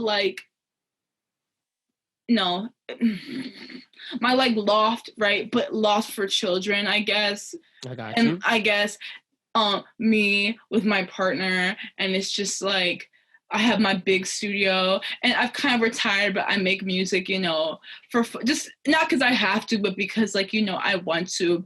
I got 10 kids running around, all different ethnicities, just looking like the Rainbow Tribe. You know what I mean? And just chilling. And then making music, and then playing with them, and then eating. Family, 100%. I feel that. Awesome, Tima. Tell the people where they can find you at on social media and where they can get the project at. You can find me at Tima Likes Music on every single platform. Instagram, TikTok. I have a YouTube channel that I've neglected, but I'm putting stuff back up. MySpace, Christian Mingle, Black People Meet, all that stuff. Y'all make sure y'all go follow Tima. Thank you so much. And definitely be sure to check out her album, The Tima Tape. But with that being said, let's finish up the podcast with Bros Who Ball. All right, ladies and gentlemen, I want to say thank you to Tima for coming on the podcast and talking to us about the Tima Tape and a little bit about herself. But before we get into Bros Who Ball proper with myself, Adam Schubert, and joining us back again, it's been a while since we had him on the show, Mr. Julian Navarre. But we have an interview with Jordan Foote of SI. Let's get into that right now. And then after that, we'll get into Bros Who Ball. So without further ado, the interview with Jordan. All right, Bros Who Ball fan base, we had a special guest because we're talking football. It's playoffs, and we got Jordan Foote here. Is it Jordan Foote? I pronounce it right? Sir. Jordan Yes, sir. Foote's here, and you work for SI. Am I correct? Yeah. I cover the Chiefs for Sports Illustrated. So 100%. We got the Chiefs Sports Illustrated, Jordan Foote here in the building today, and I just want to bring you on to talk some NFL, to give us your thoughts, deep dives, especially because your Chiefs had the bye week, and now they're on deck to play next week. Who do you believe they're going to play? Because we haven't watched that game yet. Yeah, man, it's hard to see the Browns upsetting Pittsburgh, and man, like I want to see Lamar and Mahomes because those two have had this quote unquote rivalry since they've been first playing against each other. So I'm excited. Hopefully it's Baltimore. Okay, so you want the Steelers to win, so they go play the Bills, and then okay, cool. Well, let's backtrack a little bit and talk about what happened this weekend. Let's start off with the Bills and the Colts. The Colts kind of we said all year, or at least on this show, we said all year that the Colts was a good team. They had a good defense, but the offense was the problem. Do you think that what we saw on Saturday was more of the Bills not playing up to their potential and having that mistake of Josh Allen fumbling, why it was so close? Or do you think it was just more so the Colts were just a good football team? I think it's both. As somebody who watches the Chiefs, the Chiefs are known for getting out to those big leads and then giving them up and letting teams creep back in. So I think part of it was that, but also, like you said, the Colts are a good team. Phillip Rivers isn't horrible. They have a good offensive line. Their defense is really solid. They can run the ball. So overall, man, I thought it was going to be a close game. And every time Buffalo threatened to pull away, Indianapolis climbed back in. And I mean, it's kind of a fitting end for if it's Phillip Rivers' last pass that he couldn't even get the ball into the end zone. I kind of feel bad for the guy, but his whole career, he's come up just short. So that's it was a poetic ending. His earlier teams were so good with Antonio Gates and LaDainian Tomlinson. He could just never quite get it done. But hopefully, I hope he's done so we can have a good Monday Night Football announcer. For sure. Yeah, if he can find some time to get away from his 50,000 kids that he has, then it'd be a good gig. 100%. All right, let's go to the next game of the team that you want to play, Lamar and the Ravens. I think this was, and I picked the Ravens to win this game just because at the time last week, they were the hot team. They were on a run, and then they're at this point in their season where they're hitting their stride. So I thought it was foolish not to pick them. Do you think Lamar kind of got that monkey off his back of everybody's he can't win a playoff game, he can't get it done? How did you feel about what Baltimore portrayed on Saturday as well? Yeah, big time, man. The number one thing on Lamar is he can't win a playoff game. He can't win the big game. There's no bigger game than a wild card game against Tennessee. They're going to keep being huge playoff games. But, man, he didn't even play spectacularly well. It wasn't a fantastic Lamar game, but he ended up winning. And, to hold Tennessee to 13 points, Baltimore's defense showed up. And I was kind of worried that it was going to be a high-scoring game. But now – going into Arrowhead against the Chiefs, that's going to be another monkey on his back that he is going to have to shake off. If he loses to Mahomes, then it's going to be Lamar's not in the same tier, blah, blah, blah, blah, blah. But I'm happy that he at least won a playoff game. The Titans, I never really bought into them just because of how bad their defense was. If your best player is your running back, then I just don't see you winning big games. That's just – a lot of people thought that Clooney or Clowney signing would have helped this offseason. The Clowney signing would have helped this offseason. Not so much. Then they pay Tannehill the big bucks, and it's just were those moves the right moves? But, I mean, they're a playoff team, but were those moves moving you closer to getting a championship? I don't know. Yeah, no, exactly. It's they're a good team, and they're going to make the playoffs as long as Tannehill and Henry are together. But, for them to win a Super Bowl, they have to do something different. Yes, they do. Let's go to the game that was yesterday night. I thought this game was going to be more of a blowout than it was. Mhm. The Buccaneers and the Washington football team. What do you think of Tom Brady and the Buccaneers' performance? This makes me not scared of them next week as a Saints fan. I'm going to just be honest. The fact that they couldn't go in and handle business against a non-Alex Smith team, like I was kind of flabbergasted. Yeah, man. Brady is what he is at this point. Like, he's not spectacular. He makes plays when he needs to, but like, that team has a good defense. They have Brady, and the Saints are kind of like, they're not the same way. I think like their defense is really, really dominant. And I think that Alvin Kamara is a beast. Like, he's going to run all over anyone he plays against. He's a huge threat in the receiving game. Tampa Bay doesn't have that guy. Like, Ronald Jones is either hurt or not on the field, and Leonard Fournette has never been a receiving back. So it's going to be a matter of like, if Evans is healthy, how much they can feed AB and Godwin. That's going to be a really good game. But to not blow out Taylor Heineke and the football team, like, it doesn't leave a good taste in my mouth. It leaves a sour taste in my mouth after that game. And like, playoff games are wins regardless, like whether they were 7 points, 10 points, whatever. But I expected a more lopsided game. I agree with you. And it's just, and you're right. A win is a win, but it's just the optics of that win against the football team that was from the NFC least. So it's just like, I don't know, but okay. And then the game that kind of shocked me was yesterday. I had, out of all the games, I picked all of these correct but one. I bet on Russ. I bet on let Russ cook, and that was the mantra all season. But it was also that their defense isn't really good. It's really bad. So if Russ isn't cooking, they're not going to win it. And the Rams came and kind of upset the Seahawks. Or do you think it was an upset, or did people just underestimate the Rams? I think we overestimated the Seahawks, and I was one of those too. That, like, I went on a podcast last week and said, I am never going to bet against Russell Wilson in a playoff game. Like, that dude is going to show up and play, and he did not show up and play, and the Rams did. Like, the Rams defense is Super Bowl caliber. Like, if they can get Goff to be able to throw the ball at least a little bit better than he was, I mean, 1 week for him is a big deal to rest that thumb. Depending on if they start him or Walford, it doesn't matter. But either way, if they can like score 25 points, I think they're going to win playoff games just because of how good their defense is. They create turnovers. It's a tall task to go into Green Bay and beat them. I mean, even if they can't do that, it was still a success, I think, partially just because of all the stuff they're dealing with. But, man, Seattle just did not look good at all. That's the thing. I feel like congratulations are due to the Rams, but I feel like the story's more of like, dang, Russell Wilson didn't get it done. Because I was with you. I was one of those people that I'm betting on Russ every single time. I just have to, because he's one of those guys. And it's going to be interesting to see the Rams. Now, we can start talking about next week's because we saw the Saints blew out the Bears. There's no point in talking about that. But we can get to next week, and let's stick on Rams and Green Bay. The thing with Green Bay, they also had the question of, is their defense good? But the problem is, I don't know if Jared Goff and that offense can score on a Green Bay defense that is, I don't want to say vulnerable, but they are defeatable. The thing is, can the Rams defense hold up against Aaron Rodgers? Yeah, and like the only reason I think the Rams do have a chance is because they can put pressure on Rodgers. And like we saw what happened when he played Tampa earlier in the season. Like that was his worst game in really that in San Francisco last year. Like there's a couple bad matchups for him, but I don't know if the Rams are that team. Now, if the Rams can put up some points, Green Bay has playmakers. Like they have guys like Jair Alexander. The defense as a whole is like really inconsistent. I don't really trust them a lot, but like Aaron Rodgers this season, are we going to bet against him? That's another thing where like, I just don't think I can do it.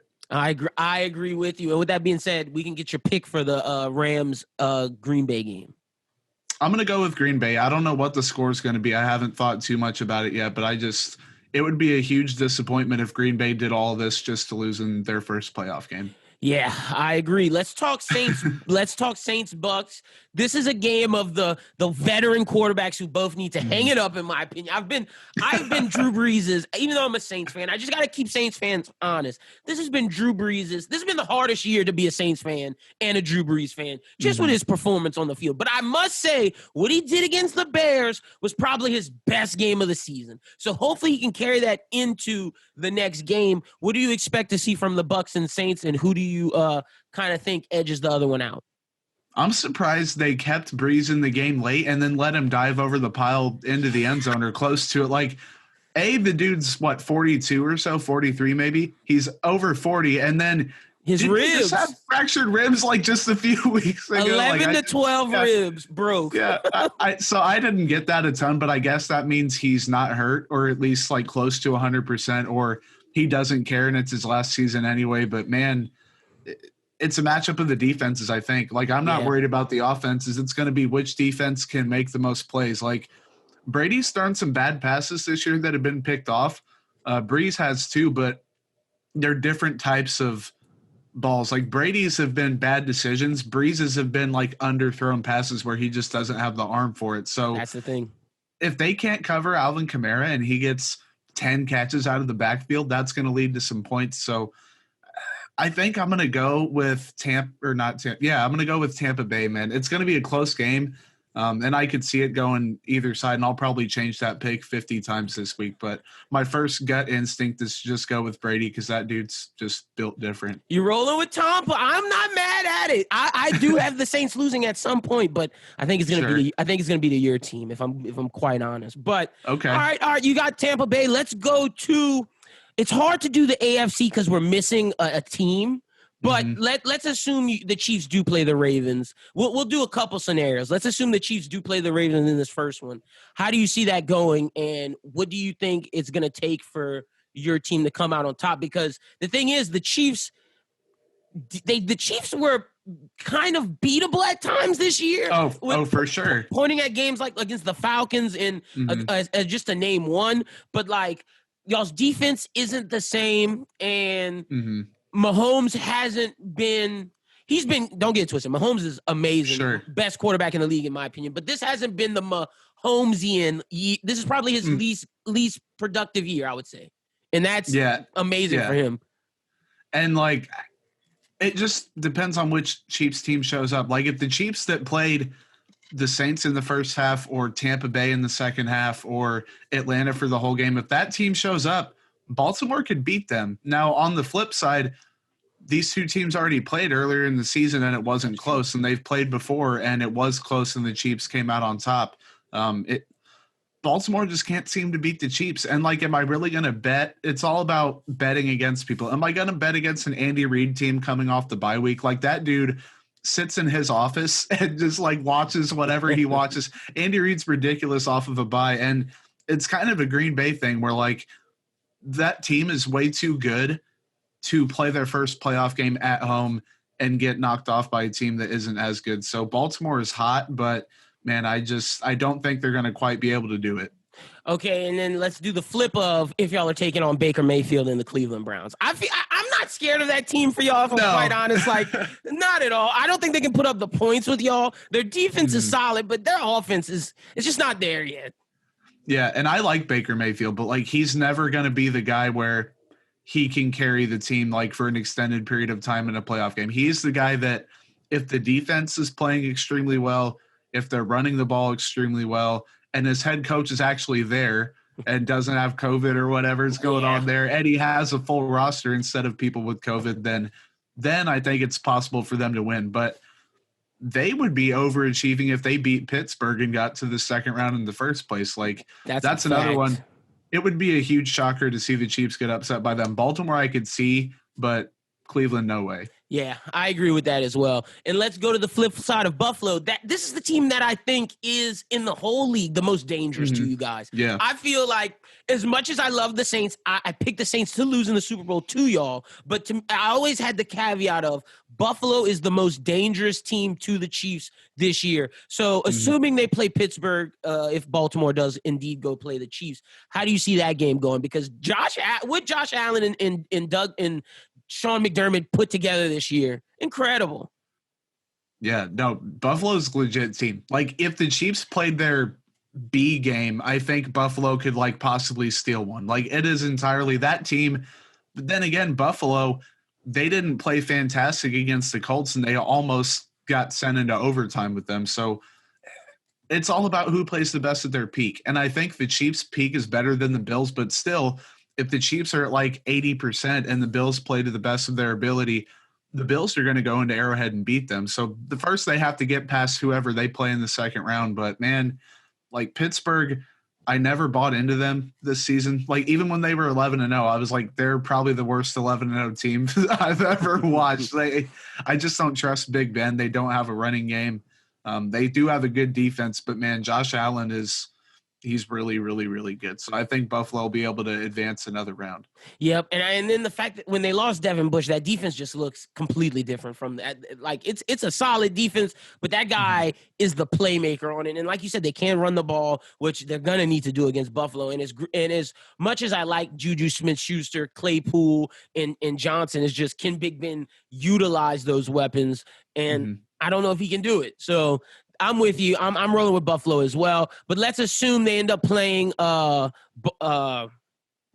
think it would be Baltimore. No, it'd be Baltimore. Let's assume they end up playing Baltimore. How do you think that game would go? I'd still go with Buffalo, man. I think that Baltimore is a really good team. But Buffalo, they seem like they're on a mission, and I don't know if that mission's gonna culminate in a Super Bowl appearance, but like, for them to have all this hype and momentum heading into the postseason and then not be able to follow through with it, I think that they're a good enough team, and the defense, like, it's been really inconsistent this year, but they have so many playmakers. Like, Tre'Davious White's a top 5-ish corner in the league. They have guys like Matt Milano. They have a good defense players-wise, personnel-wise, which is kind of where the Chiefs are at. Like, you look at their team on paper, and you're like, this team should win every Super Bowl like ever in the history of the league going forward. But I think Buffalo will be able to pull it off still. 100%. And those are our picks for next. This is Jordan's picks for next week, you guys. Real quick before we get you up out of here, what's your thoughts on NBA right now? Are you enjoying the season? Give me some of your favorite teams just real quick before we get you up out of here. Man, Philadelphia is a ton of fun to watch because it's weird that Embiid and Simmons haven't like clashed yet, or there's no roster thing. Like, they have some guys. Danny Green has played somewhat well for them in spurts. Seth Curry, that's the one. Yeah, Seth Curry. Tyrese Maxey had a good game. I think it was Saturday night. He had like 28 or whatever, maybe 32. Man, Phoenix is a fun team that I really like. I'm a big Devin Booker guy, and I think that Chris Paul was like a perfect fit alongside him, and DeAndre Ayton's feasting. Man, who else is fun to watch? Obviously, the Lakers are fun. Man, a fun, bad team. The Hornets are fun to watch. Like, when LaMelo Ball and Gordon Hayward played together, they have a pretty good chemistry already. It broke my heart the other night when they beat my Pelicans. It's just heartbreak. Like, geez, that's another fun team. Pelicans are another one. If they play to their ability, they're a playoff team, but they flounder sometime, and it just upsets me. But thank you so much, Jordan, for coming on. If the Chiefs keep winning, we're gonna ask you to come back, man. Especially if it's a Saints-Chiefs Super Bowl, so we can break that game down. Tell the people they can find you out on social media. Yeah, follow me on Twitter at Footnoted. I do a bunch of NFL and NBA stuff, and then I also follow baseball pretty close. So if anyone's down to chat, I'll be there.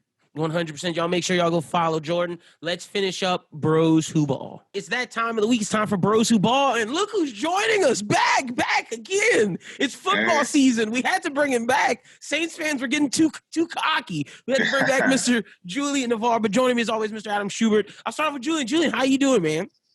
Man, I'm doing great. All right. Sitting here. My bathrobe and whatnot. About to talk some sports. Can't wait. It's been a minute. Schubert, how you doing today, brother? I'm doing good. Just getting ready to this is the precursor to the new setup. Just getting into the new space, and it's hindered my football watching a little bit, but I didn't catch the important ones. And then you got a big one this week. And let's start off there. How do you feel about the national championship game?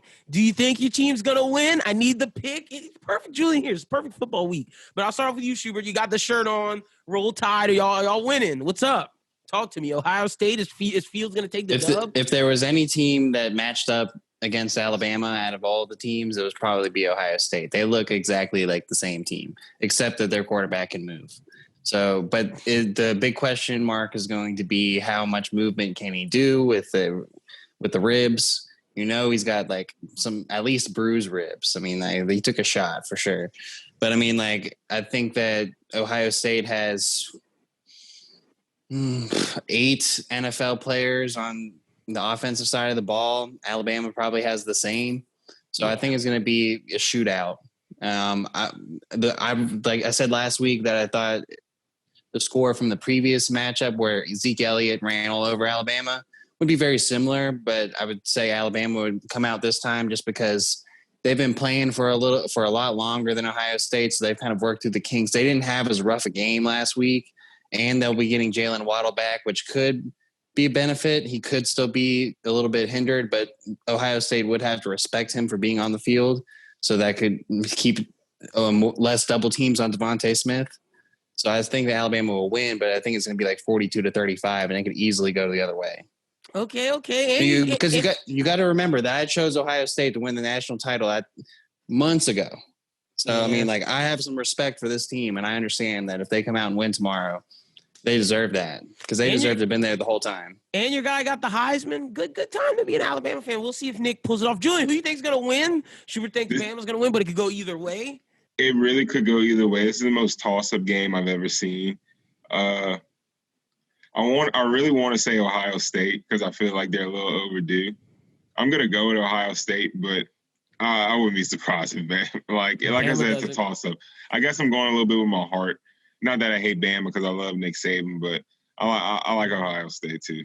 All right. I'm not mad at that. Either one. I think if I have to pick, I'm rolling with the Tide this week just because I feel like Schubert said, they've worked out more of their kinks, and I don't know how hurt Justin Fields is. Now, if Justin Fields isn't hurt, then it's they got more weapons. They got more weapons on offense. That's true. All right, let's jump to the. I mean, they have 2 running backs that could be in the NFL. They have 2 running backs that could be in the NFL. Alabama really only has 1. Yeah, I mean, Trey Sermon is unreal. I mean, but that's just been the last 2 games. That's just been the last 2 or 3 games. But I like it. He's going to get drafted off those last 2 or 3 games. That's a fact. And his Oklahoma stats, though. He was good at Oklahoma. Yeah, okay, I'll give you that. He was, yeah. Talking about last year and then the year before that? No, he was. All right, let's jump to the NFL. NFL is crazy. Schubert, we almost looked bad, but our team pulled through for us. We are pulling for the Buffalo Bills on this show, and the Bills almost proved us right. They almost did. That's who you were talking about. I thought you were talking about the Saints. No. God, no. About the Bills. God, no. I'm not talking about the Saints. I've been trashing the Saints all year. We've been pulling for the Bills on this show. And Josh Allen, loving what he's doing. Stephon Diggs, even though Minnesota couldn't stand him, loving him gashing the AFC. Love it. And then what the coach was doing, what McDermott's been doing, is just looked good. But Josh Allen had a crucial fumble in that game. Phillip Rivers actually came to play, but they ended up managing. Was this more good Colts or bad Bills? Okay. I would say more bad Bills, more so because I think the Colts really came out and did their thing, and it looked like in some of their drives that they were just gashing them, even in the fourth quarter as well. So, I mean, the Bills defense is a little bit suspect, I would say, moving forward, because they're going to have to face a lot of really high powered offenses like Kansas City. The Browns have shown some life. Ravens have a quarterback who can really run around and give you some issues. So, they're going to have to – this Colts team offensively was a little bit more manageable out of all the other teams that you were going to be able to face, and they did a good job on you. So, I don't know. It's going to be – they're going to have to step it up next week against the Ravens. Next game? The Ravens. Because the Browns won this game. The Browns are going to take on KC, so they're going to play the Ravens. Look, that's probably the best matchup they could have got. I still think the Bills are the second best team in the AFC. I think they can beat a Ravens team. Lamar looks inspired. We'll pick that game a little bit, but the Bills, man, just not the showing that I wanted from them. I'm going to toss it to Julian about this next game. I bet on Russ. I said, let Russ cook. I was all in on him. I was like, he's not going to let us down. And then here comes your boy, Jared Goff. getting the Rams a victory. What's the up with running that? game gave the Rams a victory. He threw 15 passes. That's exactly why they won. The less he throws, the better.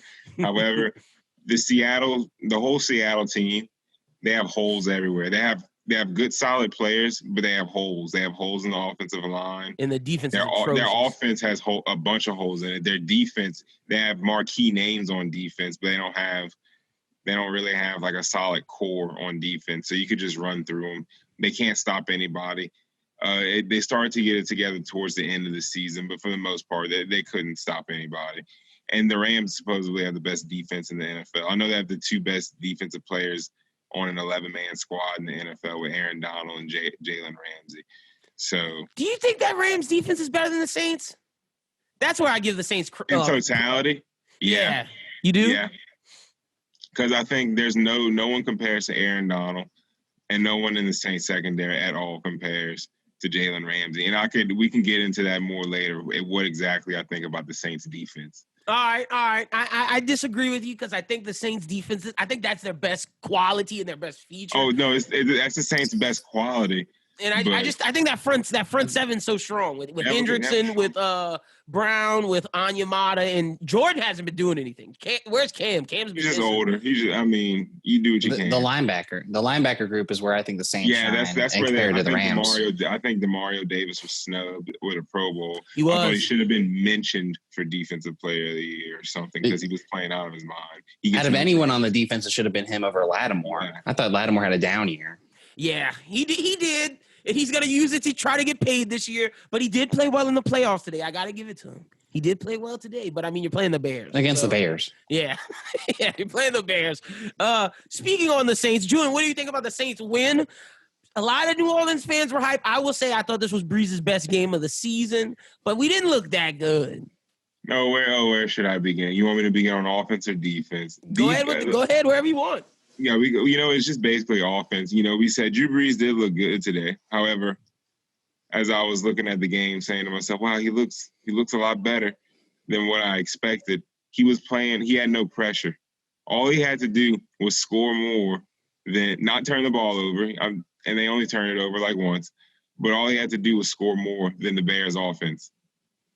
Simple as that. The Bears offense was not going to score. There was no pressure. So there was no pressure on them to throw the ball and air it out and have to do certain distinct plays. They worried about the defense. All they had to do was, manage the Chicago's defense, which played great, by the way.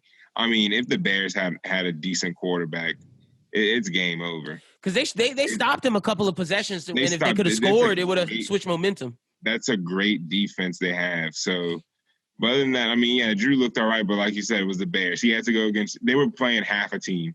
That's exactly why they were playing. Now, if the Bears had a good quarterback that was scoring, then it would have been a different story. And the defense, just look how long the Bears defense was out on the field. That's not normal. The offense was 3 and out every time. The Bears defense got no rest or anything, and they still played that well. That's a fact. Now, what do you think about the Saints defense? I think the Saints defense, and I'm not talking about today because I don't want to say it really counts with Trubisky and stuff like that. But whenever the Saints defense, I felt all season and last season too, they play down a competition. If they play someone that's worse than them, like an offense that's worse than them, they'll smother them. But as soon as they play an offense that's on par, that could keep up with their defense or has certain receivers that are faster than the Saints. That's the thing that I'm worried about. Blown out. They get blown out. They can't play up to competition. They play down to it all the time. They don't do well playing up to it. And that's where you find yourself on Twitter, looking at everybody's, damn it, Marshawn, things like that. That's my issues with this week. It's like, I'm not worried about the front seven and the linebackers. They're going to do their thing. Leonard Fournette's not going to get much daylight running, but it's how they're going to do with Antonio Brown, Mike Evans, Chris Godwin. All those receivers. And, once the passing games open up like that, they'll say, Tampa Bay could really run the ball if they want. If they want to be kind of a running team, they really could. It's just, Bruce Arians loves to air it out all the time, and you got all those horses, so you got to let them run. But we'll see how it goes. We'll see how it goes. We shall. I'm excited for that game. Schubert, man, what'd you think? The Steelers, you picked the Browns to win that game, and Big Ben just looked – it was what you said. It was like Big Ben just looks old, couldn't – like – the way that game started, I'm recording the first part of this podcast with Doom, and Doom goes, "Wait, bro, do you see mid-recording what's going on?" And I turn my head, fumble out of nowhere, Big Ben, interception, throws 3 in the first half, throws another one in the second half. And I don't know what the Steelers are going to do with a lot of major free agents next year. Is this the end of a dynasty or an era? No. Let me not say dynasty because you have to win to be a dynasty. Let me say an era. I think it's the end of an era. But, it would be best for the Steelers if Ben retired. I don't know if like Mason Rudolph, I guess, is the answer. I think that they put their hat in the Darnold sweepstakes. If the Jets are trying to get rid of Sam Darnold, I think that the Steelers could be a good landing spot for him. It's a better place for him personally than probably New York is. Way better weapons for sure. But what the Steelers really need to figure out is a run game because Connor's not going to get it done. Like they're going to have to figure something out there. Juju Smith-Schuster is not the same guy. He's just all talk at this point. He is not. He needs to stop dancing. It just shows that Le'Veon Bell might have been right. Antonio Brown might have been right. That's all because Juju is not doing anything. Like, he's lucky that they found Chase Claypool and Deontay Johnson. Otherwise, he would have had a lot of heat on him this season. Just TikTok dancing on the line. But And they have the pieces to be a great team. They have a really great offensive line. They were one of the fewest. They had the fewest sacks. Like it was 14 sacks all season. That's all that's all they had. And Big Ben doesn't run around. So that's a testament to the O line. And it also shows like if you have such a good O line, how are you not getting anything in the run game? So Connor and Benny Snell may not be the guys. You've seen with the receiving group like who is the stars, who's not the stars. But the defense is solid. They just were missing Dupree. When Bud Dupree plays a full season, I mean, it's a whole different story. And Minkah Fitzpatrick is a really great all-around secondary player. So, the Steelers are good, and they showed that a majority of the season. But when it came down to the end, they just couldn't keep it going. And Ben Roethlisberger showed his age. Where the Browns, they were getting hot at the right time. They had a chip on their shoulder going into the playoff game. Yes, they did.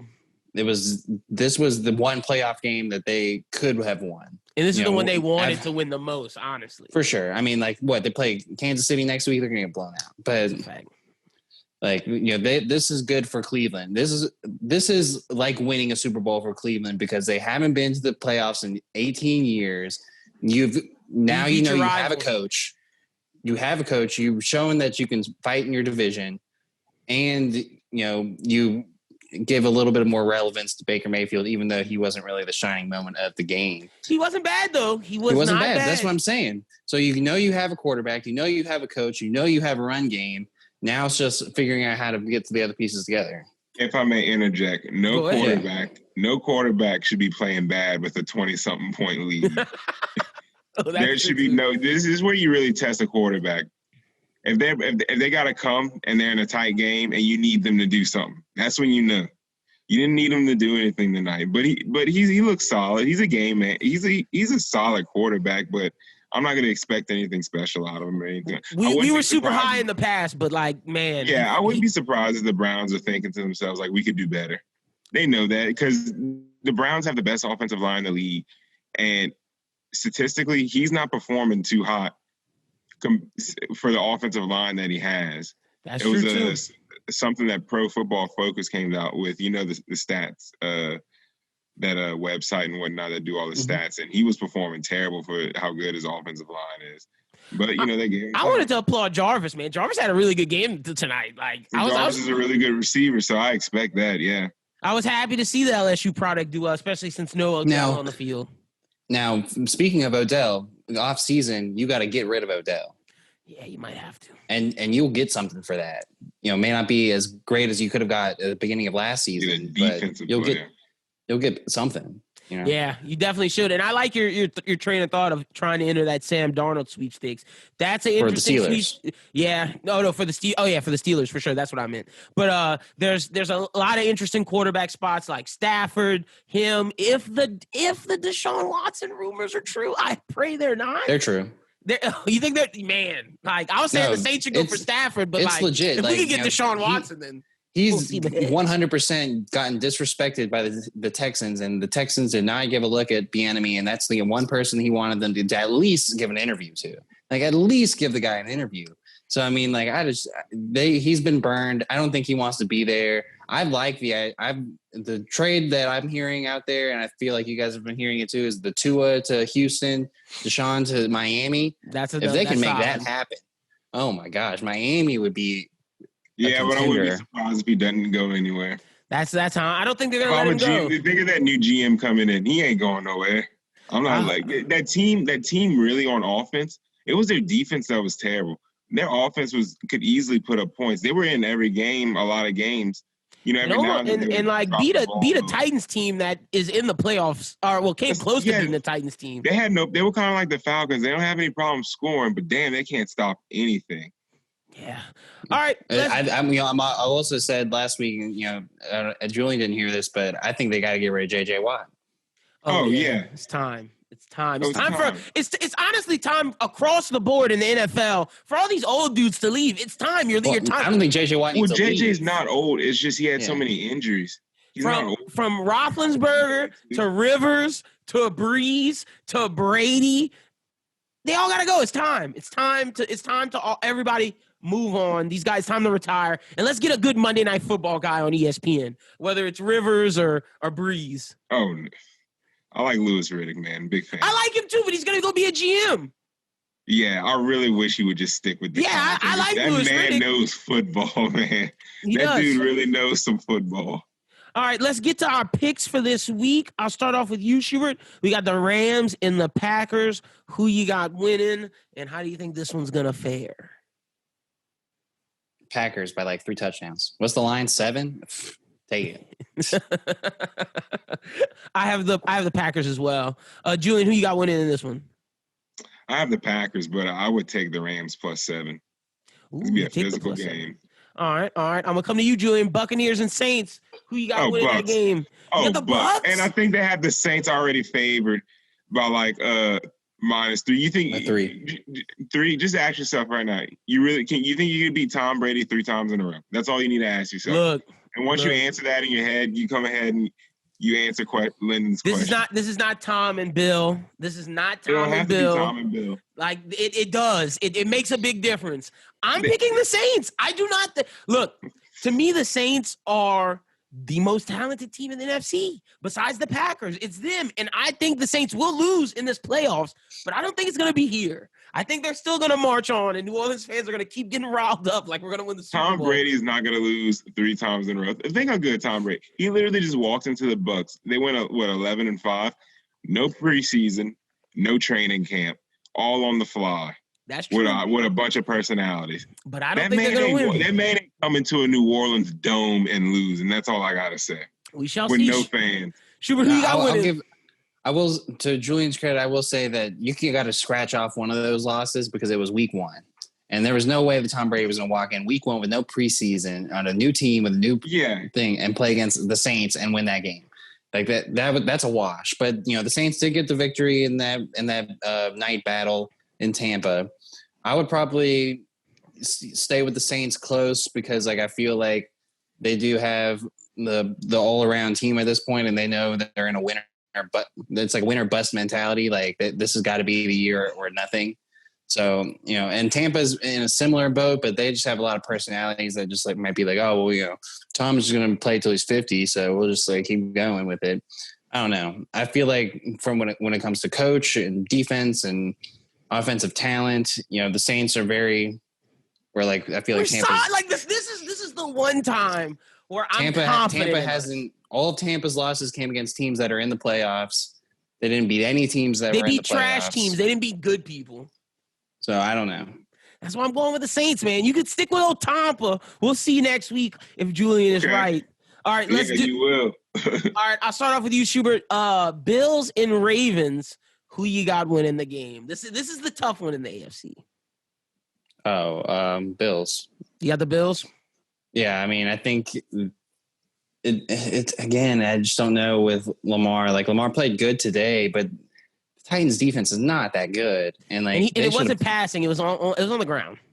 Yeah, so I don't know, man. And then you're gonna have to go to Buffalo. It's gonna be really cold. It's probably gonna snow. Like I don't know. I don't feel too confident about the Ravens against the Bills this time. But I'm glad Lamar got his playoff win. But same. Yeah, I don't think they're gonna win year. either. It's the Bills' year to go to the Josh! conference championship. Give me a break. Full steam ahead. A break, dude. The reason the Colts, y'all mentioned that earlier. The reason the Colts lost is because the Colts made some dumb decisions. The Bills didn't play that great, in my opinion. Bad game.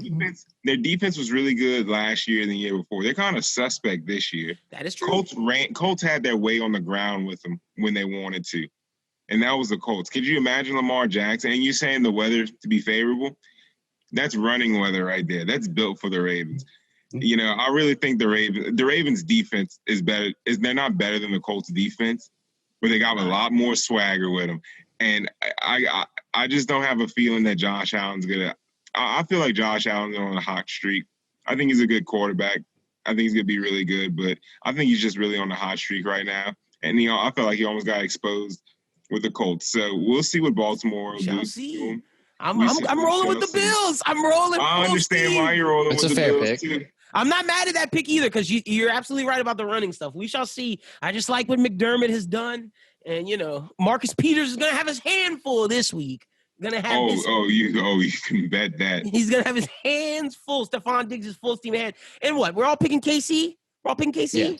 Yeah, okay, cool. You're not picking – you pick going Browns?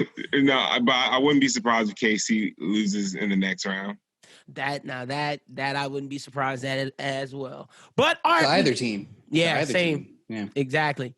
But all right, those are our picks. We shall find out who was right and who was wrong. Real quick, let's do some NBA stuff. We're not going to spend too long on the NBA just because it's real early and people are coming out with COVID and like people are getting injured and like not all teams are there, but one team that is there is the Pelicans. In the last the 3-game losing skid I came on here last week and was super hype on them. I'm still super hype, but Lonzo Ball has to play better. And like, he has to. And it's either if he's not going to play better, then we got to put Eric Bledsoe in on those closing minutes. And JJ Redick has to start hitting shots. I'm sorry, because if JJ Redick doesn't hit shots, we're not shooting. The bench depth is not there. And I don't want Nickeil Alexander-Walker playing anymore. I'm at that point. Like, I understand he's young, but like I'd rather give those mirrors to Kyra Lewis Jr. At least see what he can do, because Naw is a turnover machine.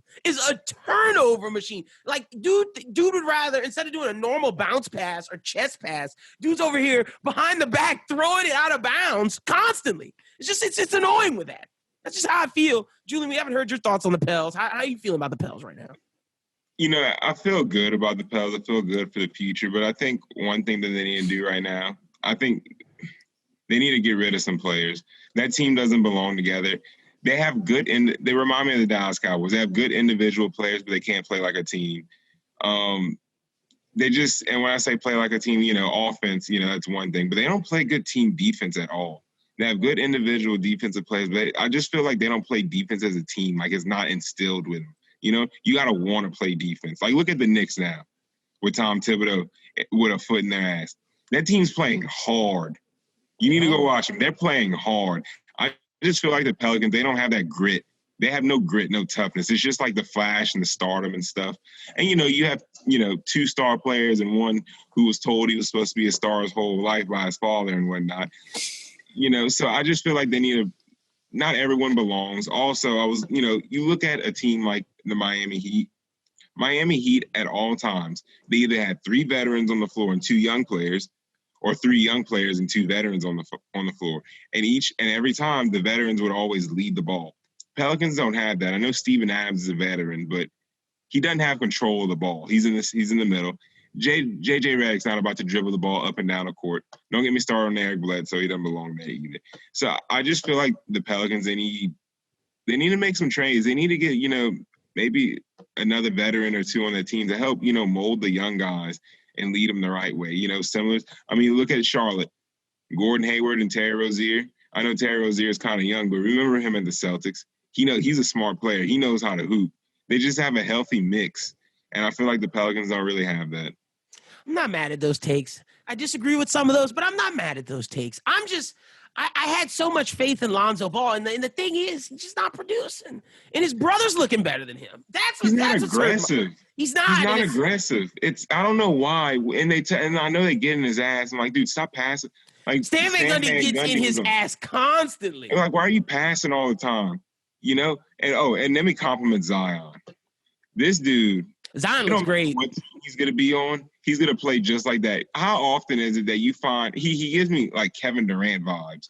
And when I say he's efficient, because he never has the ball. Kevin Durant doesn't have the ball much. I mean, he does.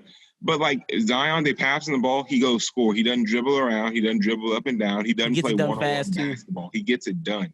That's a special player. That type of player could play with anybody. Now, the people in the front office, let's get them right players around him. Yeah. I'm not mad at that because Zion's looking great. And I got to say, you were very harsh on Brandon Ingram. He's come around. I'm a big fan. I got this isn't a hot take to y'all, but it would be to everybody else. Brandon Ingram is what people think Jason Tatum is. No, that's not a hot take. We've said, it's not a hot take with that. To you, but to other people. Last week, Justin brought on the pod, who's better, Jaylen Brown or Jason Tatum? Because Jaylen Brown's been looking great. Yeah, I'm so sick of the Jason Tatum stuff. Don't get me started. Schubert, how you feeling about your Knicks? Y'all are looking good. Julian just complimented them. Like, the Knicks are making the playoffs, man. Dude, Tom Thibodeau's got a foot in that. Dude, they're playing. Have you watched them? They're playing. Yes. They're playing. Dude, Emmanuel even when they Quickly, lost to the Thunder, they played hard. Emmanuel Quickly, I knew that dude was going to be good. Tyrese Maxey had 39 points last night from both those Kentucky boys. The Knicks got a good squad. Look, you know what's funny about the Knicks squad? All those people that they drafted in the first round a few years ago, I think they're on the bench. Everyone that... It's literally like just Barrett and Julius Randle that are like the dominant factors. Yeah. Like, Randle's been balling crazy. But But any NBA thoughts you have? Well, I will say what Julian said is right about the Pelicans. I feel like, they're moving into like a new system, and you bring in a guy like Steven Adams, you're kind of changing the entire aspect of what you were before. So a lot of those guys that were there before and were part of that building phase, like Melly's got to go. Yeah, JJ's too old. Like, Nickeil Alexander-Walker, I wouldn't give up on him just yet. Like, he's just raw. And Kira, you brought him in, so that's good. But we'll see what they can do. But they need to find somebody. Get rid of Bledsoe, or Lonzo, either one, whichever one. I'm okay with either one at this point. Like, if you want to Josh Hart too, but you probably would have to. Honestly, I get rid of. The only people I'd rearrange that team. The only people that are staying are Brandon Ingram and Zion. Everybody else, Steven Adams is staying too. Steven Adams is staying because but everyone else, it's expendable. Yeah, true. Yeah. I'm not. It just depends what you get back. But I'm not mad at getting rid of Lonzo, Bledsoe, JJ, Melly, or Hart. I just like what Hart, the hustle he brings. He's a good bench player. He's the best one we have. He's a good bench player. He's a good, but you can get something for him. Somebody would take him. That's true. It just depends. Could have had Kuzma too, but no, I guess I wouldn't want. Oh my gosh, Jesus, Kuzma's horrible. The one thing I've been noticing with some of the more obscure teams that may not be playoff teams, but could be fringe teams at the end of the year when we're talking about the play-in. OKC's balling at least this week. This week they were balling. This week they looked okay. Shai Gilgeous-Alexander is putting up really great numbers. Baisley's playing really great for them. And who's that guy that has been talking about Diallo? I mean, Diallo came out of nowhere the other day. No, Diallo came out the other day and just was been balling. So I mean, it's just OKC is one of those teams that you can't sleep on, and Pels know it because they beat they got beat by OKC. Oh my God, shouldn't have lost that game. But I'm just saying, that's true. They're not a team to sleep on, and they're like San Antonio. San Antonio is another team that's really starting to. They found their new guy. They found their new guy in Keldon Johnson. They definitely. We've been talking about the Suns so much, the Suns and the Lakers and the Clippers, those are your top teams. And I feel like everything else is fluid. I'm so happy for Chris Paul. I want the Suns to do well, man. I'm so happy for Chris Paul. Like they could maybe, depending on how Ayton develops this year, they could maybe challenge old LeBron in LA with championship hangover. I see it. I know y'all see it. The championship. The only thing is they hangover's don't have anyone there. who can guard LeBron. Like if you let's true. say Ayton They don't have develops, anyone that can maybe- guard AD. I was talking don't about have- Ayton. I was talking about Ayton for that. But he can't go Not outside yet. with him. Not yet. That's what. Not Not yet. yet. But Booker could go off Chris Paul. You never know. I really like the Suns, but Schubert, any other basketball stuff from you? If not, we'll get up out of here. No. All right, word. Well, yeah, that's pretty much it. We will be back next week talking NFL playoffs. Justin will be back.